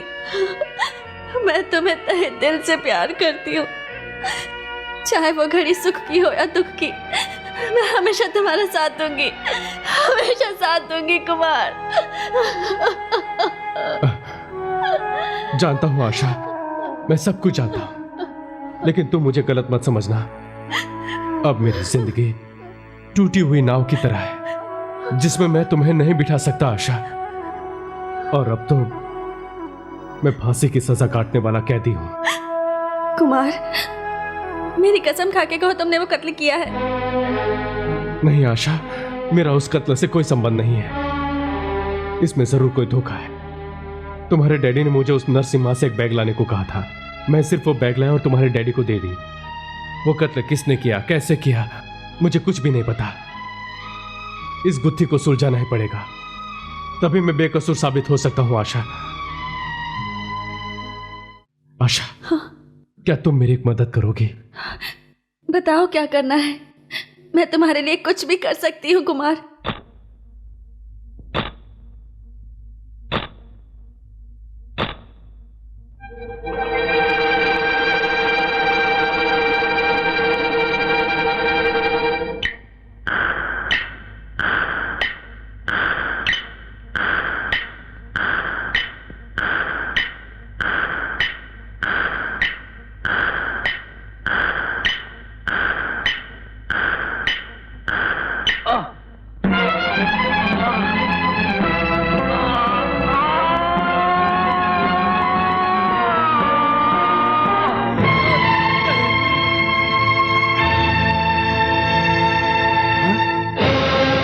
सर सर सर, कैदी नंबर 786 चक्कर खाकर बेहोश हो गया है। उसे हॉस्पिटल ले जाने की तैयारी करो।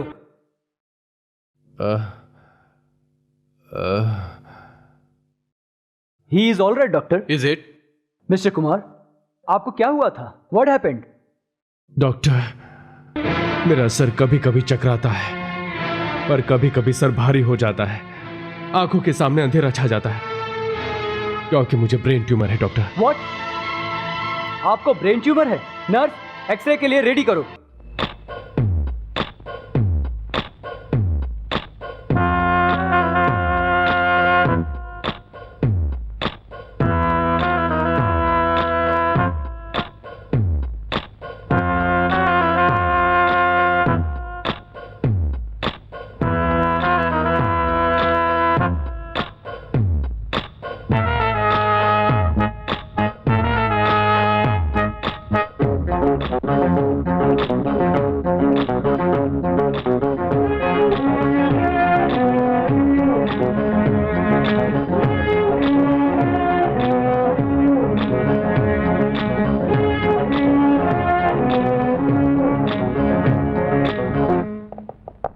मिस्टर कुमार, आपको ब्रेन ट्यूमर ही है, आपको कैसे पता चला? क्यों डॉक्टर?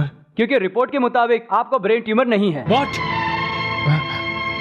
मुझे ब्रेन ट्यूमर नहीं है? यस मिस्टर रुद्र, लेकिन ब्रेन ट्यूमर के बारे में किसने बताया? डॉक्टर जगन्नाथ ने। डॉक्टर जगन्नाथ? नो, वो इस तरह की रॉन्ग रिपोर्ट कभी नहीं दे सकते। He is a neuro specialist. I think it's your mistake. No doctor, Jagannath ji ने मेरा एक्सरे निकाल के टेस्ट करके मुझे ब्रेन ट्यूमर है बताया। इतना ही नहीं, बल्कि 3-4 और डॉक्टर को भी मैंने रिपोर्ट दिखाया, सभी ने कहा मुझे ब्रेन ट्यूमर है। 100% confirm. It's highly impossible mister Kumar. ये देखिए, ये अभी का निकाला हुआ एक्सरे है। इस रिपोर्ट के मुताबिक आपको 100% ब्रेन ट्यूमर नहीं है। But doctor 1 minute. Excuse me doctor, मुझे तो इस कैदी पे शक हो रहा है। ये जेल से आया हुआ कैदी है, कहीं ये यहाँ से भागने के लिए इतना नाटक तो नहीं कर रहा है। मुझे तो लगता है हमें ये बात जेल के सुप्रीडेंट को बता देनी चाहिए। Yes.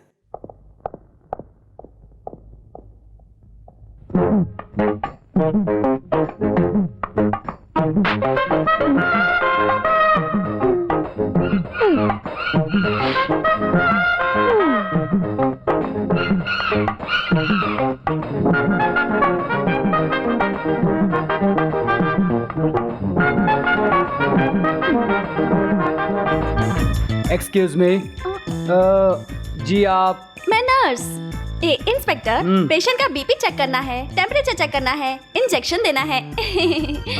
Okay. Thank you. Thank you very much. आशा,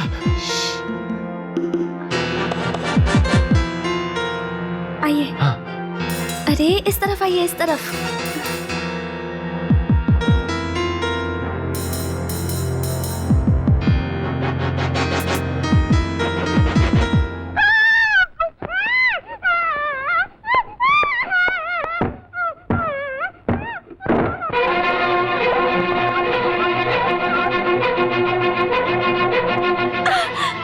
क्यों, क्या हुआ? इंस्पेक्टर, वो मुझे बंदी बनाकर खिड़की से भाग निकला। Come on, hurry up! अरे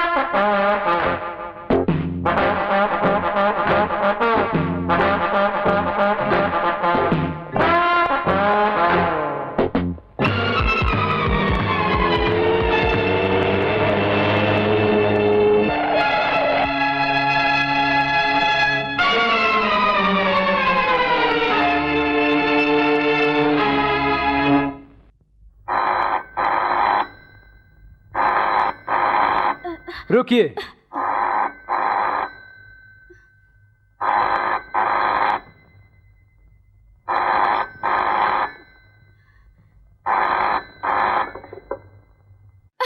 हेलो राधा, मैं आशा बात कर रही हूँ। कुमार होटल वुड स्टाइल के रूम नंबर 10 में है। तुम वहाँ जल्दी पहुँचो। Come on, follow me.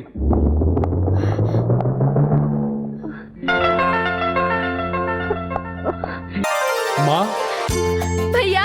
Kumar, Kumar, भैया। भैया। कुमार, माँ, कुमार।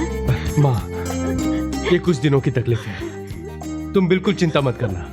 मैं जब तक बेगुनाह साबित नहीं हो जाऊं, तब तक पुलिस की नजरों से बचना है मुझे। हिम्मत से काम हाँ, लेना। बेटा। Hello DSP here. मैं रुद्र बोल रहा हूं सर। रुद्र, तुम कहां से बात कर रहे हो? तुमने पुलिस डिपार्टमेंट को संभालने के बाद भी पुलिस की आंखों में धूल झोंक रहे हो। इस तरह कानून से खिलवाड़ करना गलत है। आपकी नजरों में मैं अभी गुनहगार जरूर हूं सर, लेकिन अपनी बेगुनाही साबित करने के लिए मुझे कोई दूसरा रास्ता नहीं दिख रहा है। मिस्टर रुद्र कुमार, आप अपने आप को कानून के हवाले कर दीजिए, यही ठीक होगा। आई am sorry sir.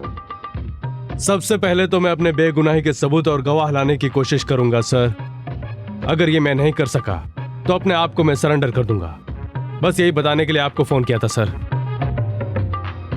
Hello hello.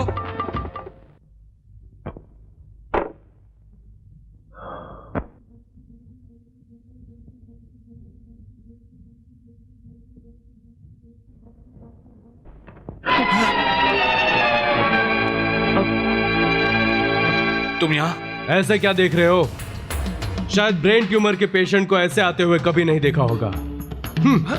बताओ, मुझे क्यों झूठ बोला कि मुझे ट्यूमर है? मेरी बात तो सुन। डॉक्टर, अगर तुमने सच नहीं बताया तो मैं तुम्हें जिंदा नहीं छोड़ूंगा। क्यों झूठ बोला तुमने? बोलो, बताओ मुझे। मुझे माफ कर दो, मैं इस बारे में कुछ भी नहीं जानता हूँ। मैं सच कह रहा हूँ, मुझ पर यकीन करो, मैं कुछ भी नहीं जानता हूँ। अंकल, हमारे फैमिली डॉक्टर होकर भी आपने मुझसे इतना बड़ा झूठ बोला। मैं कुछ नहीं क्यों जानता। किया अंकल? बताइए अंकल, प्लीज अंकल। उस दिन के कहे आपके एक झूठ ने मुझे एक हत्यारा बना दिया। उस दिन के कहे आपके एक झूठ ने मुझे मेरी माँ बहन से जुदा कर दिया। उस दिन के कहे आपके एक झूठ ने मेरे जीवन को चकनाचूर कर दिया। डॉक्टर, मेरे जीवन को चकनाचूर कर दिया। अंकल, अंकल प्लीज सच बताइए अंकल। आप सच नहीं बताएंगे तो मेरे कुमार को फांसी हो जाएगी। मैं अपने कुमार को अपनी जान से भी ज्यादा चाहती हूँ अंकल। उसे खोकर मैं जिंदा नहीं रह पाऊंगी अंकल। अंकल प्लीज अंकल, भगवान के लिए सच बताइए।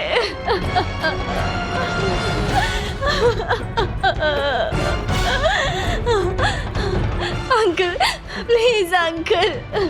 आशा, आशा, भगवान के लिए मुझे अंकल मत कहो आशा।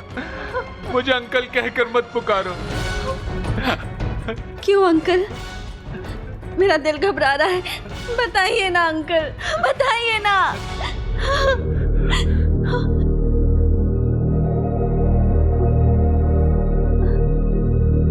अंकल, अगर आप नहीं बताएंगे तो मैं अपनी जान दे आशा, दूंगी। ये क्या कर रही हो? फेंक दो इस चाकू को। हाँ, मैंने झूठ बोला, लेकिन सिर्फ तुम्हारे लिए आशा, तुम्हारे लिए। हाँ, मैंने झूठ बोला। मेरे लिए झूठ बोला? हाँ मेरी बच्ची, मैंने झूठ कहा था। अपनी बेटी की खातिर झूठ कहा। क्या मैं आपकी बेटी? ये सच है बेटी। लेकिन हम कैसे भरोसा कर सकते हैं? मैं सच कह रहा हूँ, भगवान की कसम, आशा मेरी ही बेटी है। मैं आज के बाद कभी भी झूठ नहीं बोलूंगा। रुद्र, मेरी बात का यकीन करो, मेरी बात का यकीन। सारी दुनिया की नजरों में आशा का बाप कहलाने वाला वो धर्मराज ही हकीकत में आशा का बाप नहीं है। वो उसका मामा है, सगा मामा, मेरी पत्नी का भाई। पिछले 20 सालों से आज तक मैंने एक राज अपने सीने में छुपा कर रखा हुआ था। अब मैं उसे और नहीं छुपा सकता। पैसों के लालच में धर्मराज ने एक बड़े सेठ की लड़की लक्ष्मी से प्यार का नाटक किया। उसके प्यार के जाल में फंसकर लक्ष्मी गर्भवती हो गई। और इस बात का पता जब लक्ष्मी के पिता राजवर्मा को चला तो उनसे ये बात सहन नहीं हुई और उन्होंने लक्ष्मी का अपमान करके उसे घर से निकाल दिया। और लक्ष्मी धर्मराज के घर चली गई। वो उसे रोज अपने बाप से पैसा मांगने के लिए कहता रहता था और इसी बात को लेकर वो रोज लक्ष्मी को मारता भी रहता था। जिस दिन लक्ष्मी की डिलीवरी होने वाली थी उस दिन उसका बच्चा और वो दोनों मर गए।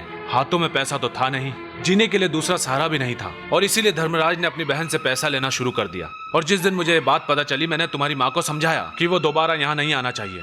मैं ये भी जानता था कि मेरे कहने का कोई फायदा नहीं होगा, वो उसे पैसे जरूर देगी। और बहुत दिनों तक मुझे धर्मराज घर में आता हुआ दिखाई नहीं दिया।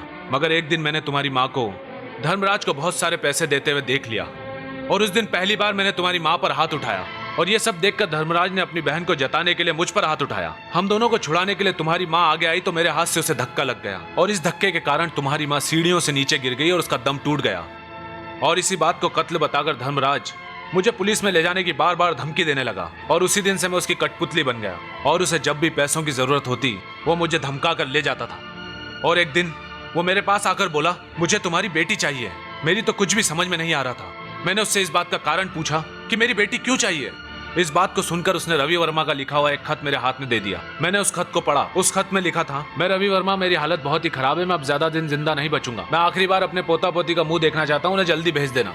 मेरी समझ में आ गया कि ये चिट्ठी दिखाकर धर्मराज को रवि वर्मा की जायदाद पाने का एक और मौका हासिल हो गया था। आशा को उनके सामने अपनी बेटी कहकर उसने एक और झूठा प्लान बनाया। उसने कहा कि अगर आशा को नहीं दिया तो मैं पुलिस में जाकर सब कुछ सच सच बता दूंगा। और आशा को जबरदस्ती मुझसे छीन कर ले गया और मुझे धमकी भी दी, अगर किसी को बताया तो वो उसे मार देगा।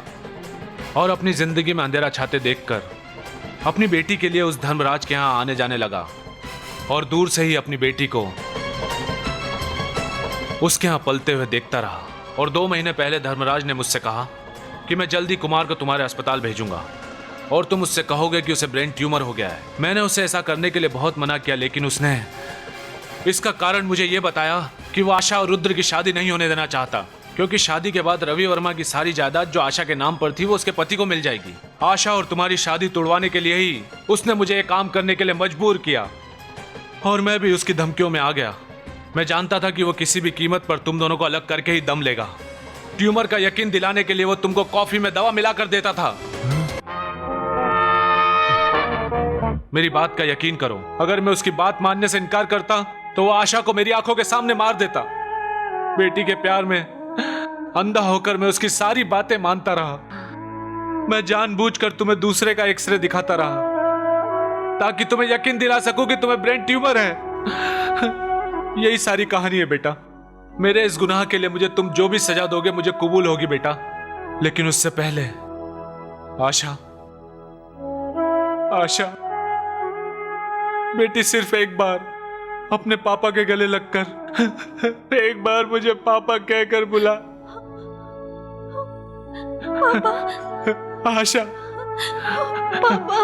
आशा, मेरी प्यारी बच्ची आशा। पापा।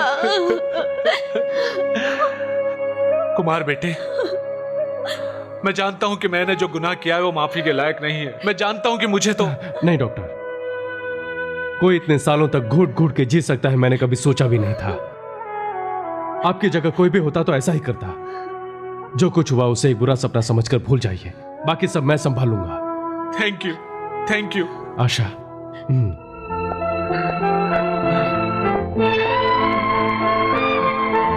जाओ बेटा, अपना ध्यान रखना बेटा।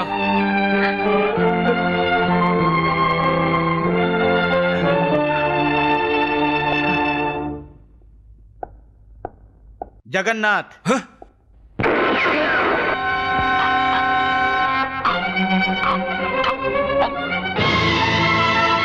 20 साल तक सीने में दबे हुए उस राज को आखिर तूने आज उगल ही दिया, इसीलिए तुझे ये सजा देनी पड़ी। माइकल को किसने मारा था? मुझे पता नहीं।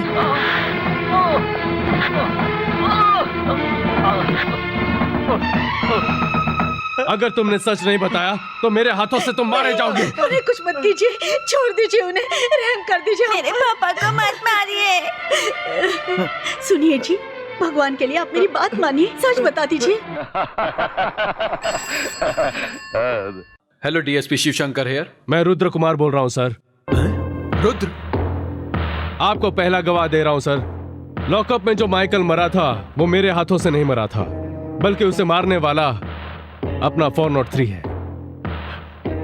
सर, मैं 403 बोल रहा हूँ सर। माइकल को लॉकअप में मैंने ही मारा था सर।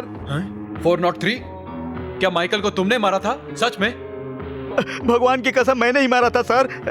सर, आप अभी सदाशिव नगर के 3रे ब्लॉक के टेलीफोन बूथ के पास आ जाइए। आपको 403 वहीं मिलेगा। दूसरे गवाह का इंतजार करिए। Hello, hello.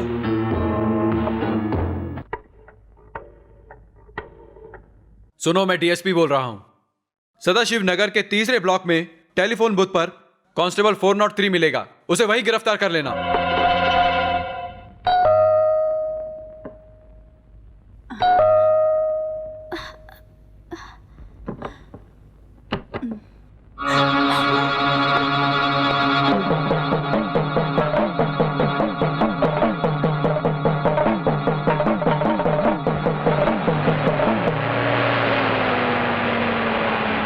सुनिए जी, मुझे कुमार के बारे में बहुत चिंता हो रही है। आप उसका ख्याल रखेंगे ना? कमला, अगर तुम इतनी छोटी छोटी बातों पर दिमाग खराब करोगी तो कैसे चलेगा? देखो, इस समय तुम पेट से हो, ऐसी हालत में ज्यादा मत सोचो।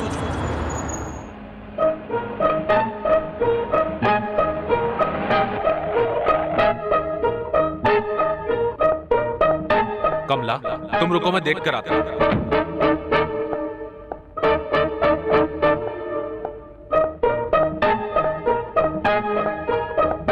क्या हो रहा है?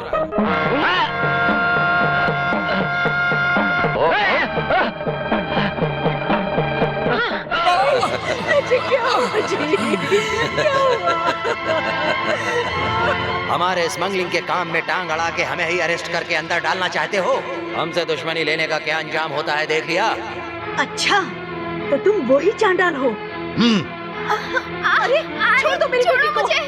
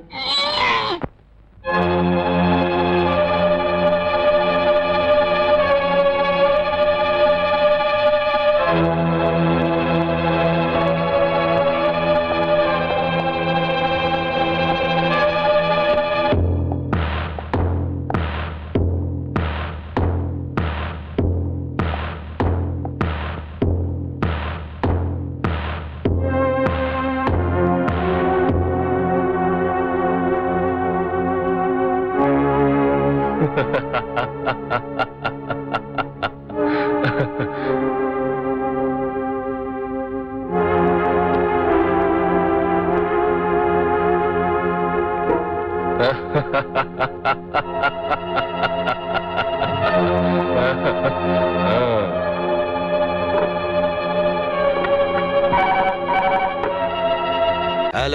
नारंग स्पीकिंग। हेलो नारंग, मैं हूँ तुम्हारा प्यारा दोस्त धर्मराज। मैं तुम्हारे साथ एक बहुत ही जरूरी बात करना चाहता हूँ। क्या बात है? आज से 20 साल पहले हमने एक पुलिस ऑफिसर का कत्ल किया था, याद है ना? हाँ, वो तो बीती कहानी हो गई धर्मराज। वो तो बीती हुई कहानी नहीं है नारंग, अभी अभी शुरू होने वाली नई कहानी है। हाँ? क्या कह रहे हो धर्मराज? उसका कत्ल करते समय सबूत के लिए जो फोटो निकाले गए थे वो अभी मेरे पास पड़े हुए हैं। अगर वो फोटो तुम्हें वापस चाहिए तो उसके बदले मुझे 1 करोड़ रुपए देने होंगे, नहीं तो ये फोटो पुलिस के पास पहुंच जाएंगे और फिर तुम सलाखों के पीछे होगे। मुझे भी तुमसे बहुत जरूरी बात करनी है, ध्यान से सुनो। तुमने जो अपने हाथों से कत्ल किया था और रुद्र को फंसाया, उसे सलाखों के पीछे करवा दिया था, तुम्हें याद आ रहा है कि नहीं? हे नारंग!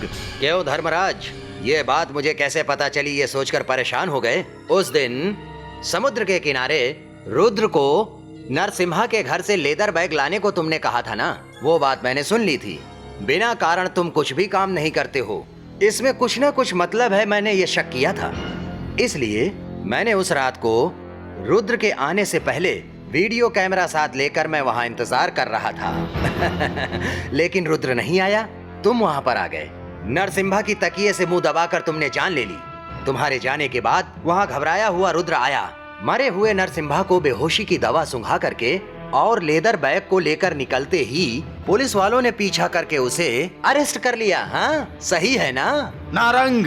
फालतू में क्यों भौंक रहे हो धर्मराज? मैंने अगर यह कैसेट पुलिस को दे दिया तो रुद्र के बदले तुम्हें सलाखों के पीछे जाना पड़ेगा। इसलिए एक काम करो, तुम्हारे गुनाहों से भरे कैसेट को मैं तुम्हें देता हूँ और मेरे रहस्य वाले उस फोटो को तुम मुझे दे दो। क्या कहते हो? ठीक है। गुड। ठीक 5 बजे तुम काली गेट के पास आ जाना, मैं वहीं पर तुम्हारा इंतजार करूंगा। ओके?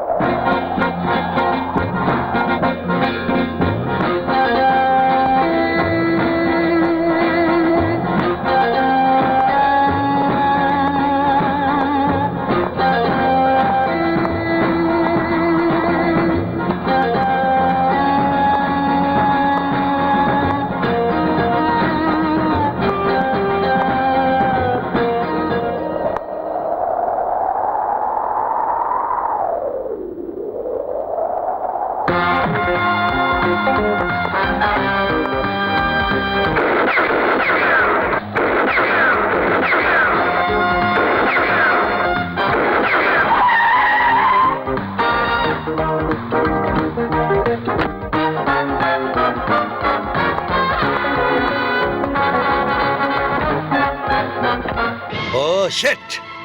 डोंट वरी नारंग, वो हमसे बचकर भाग नहीं सकता। मुझे हारने की आदत नहीं है। उसकी माँ और बहन को मैंने बंधक बना लिया है। Very good Dharmraj, very good. हाँ, एक काम करते हैं, उसकी माँ बहन को मेरे सीक्रेट पैलेस में रखवाता हूँ और उसे वहाँ बुलाते हैं। वहाँ एक बार जो आ गया, मेरी इजाजत के बगैर वो वहाँ से नहीं जा सकता है। माँ,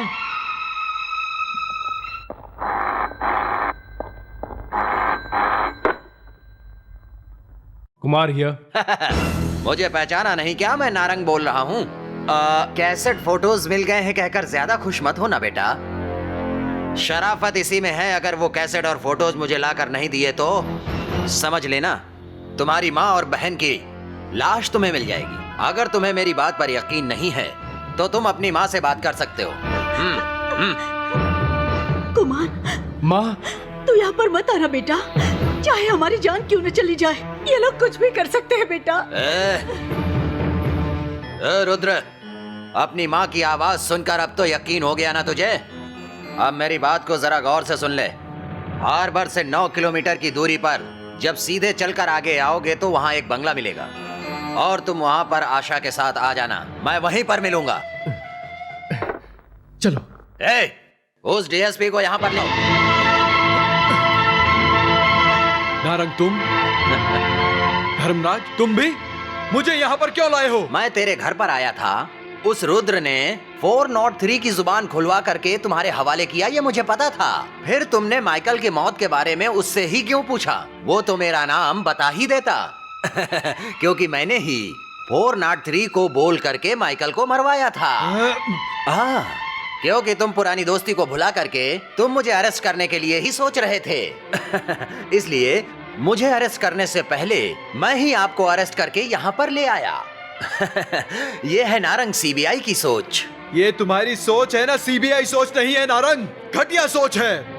अपने ही दोस्त के साथ धोखेबाजी करते हो। I will kill you cheat.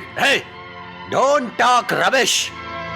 तुम्हारे जैसे ईमानदार ऑफिसर से दोस्ती नहीं रखेंगे तो हम अपना काम इतनी आसानी से कैसे कर पाएंगे? नारंग, एक बात तू जरूर याद रखना, तूने मुझे धोखे से बंदी जरूर बना लिया है, लेकिन तू रुद्र से बचकर कहीं भी भाग नहीं सकता।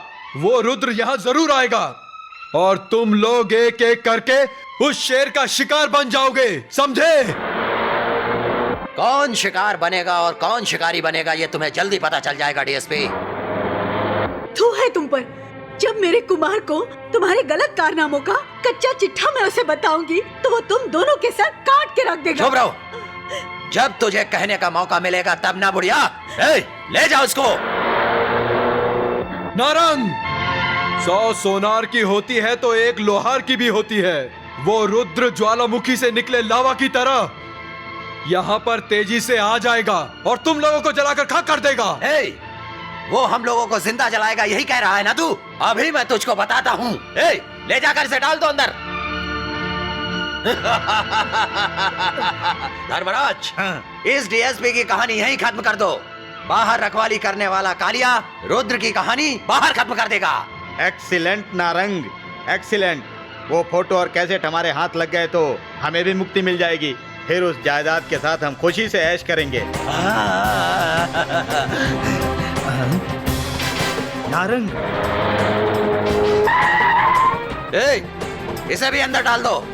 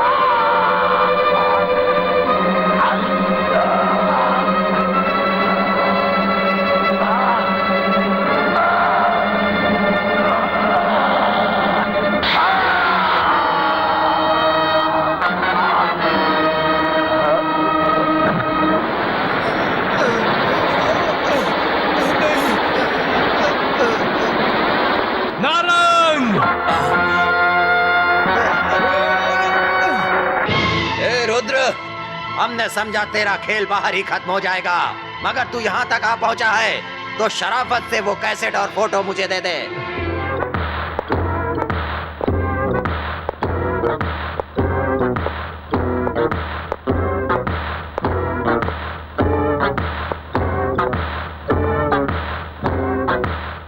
नारंग, मेरी माँ और बहन कहाँ है?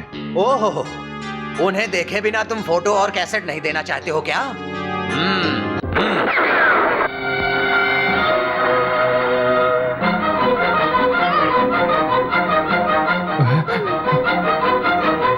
माँ। हे रुद्र, तुम ये अपनी हमदर्दी बाद में दिखाना, पहले शराफत से मेरी फोटो और कैसेट दे दो।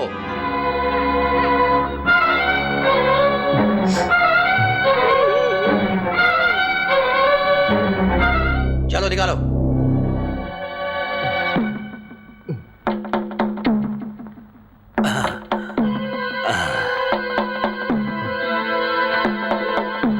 नारंग, अब तो मेरी माँ और बहन को छोड़ दो। हाँ हाँ, इतनी भी जल्दी क्या है मिस्टर रुद्र? मेरा मतलब तुमसे और भी अभी काम बाकी है। देखो, हाँ, इस कोरे कागज पर आशा का साइन अभी बाकी है।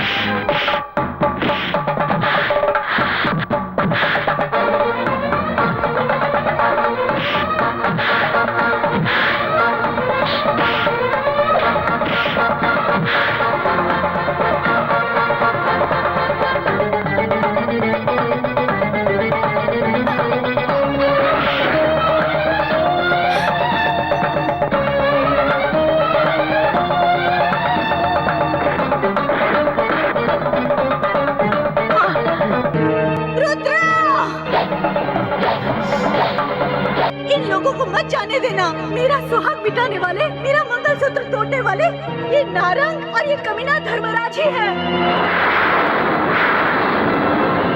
तेरे बाप को मारने वाले और मुझे विधवा का रूप देने वाले यही चांडाल राक्षस है। इन राक्षसों को ऐसे ही छोड़ दिया तो वो बहुत से घरों को सुना कर देंगे। इन्हें खत्म कर दो। जाओ जाओ, मत छोड़ो इन्हें।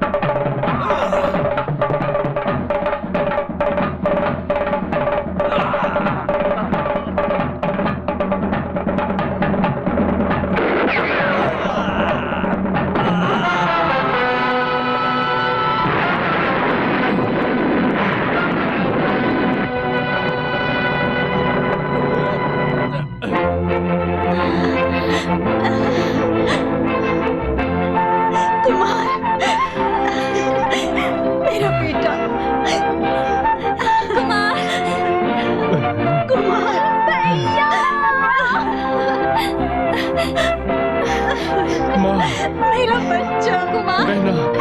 भैया भैया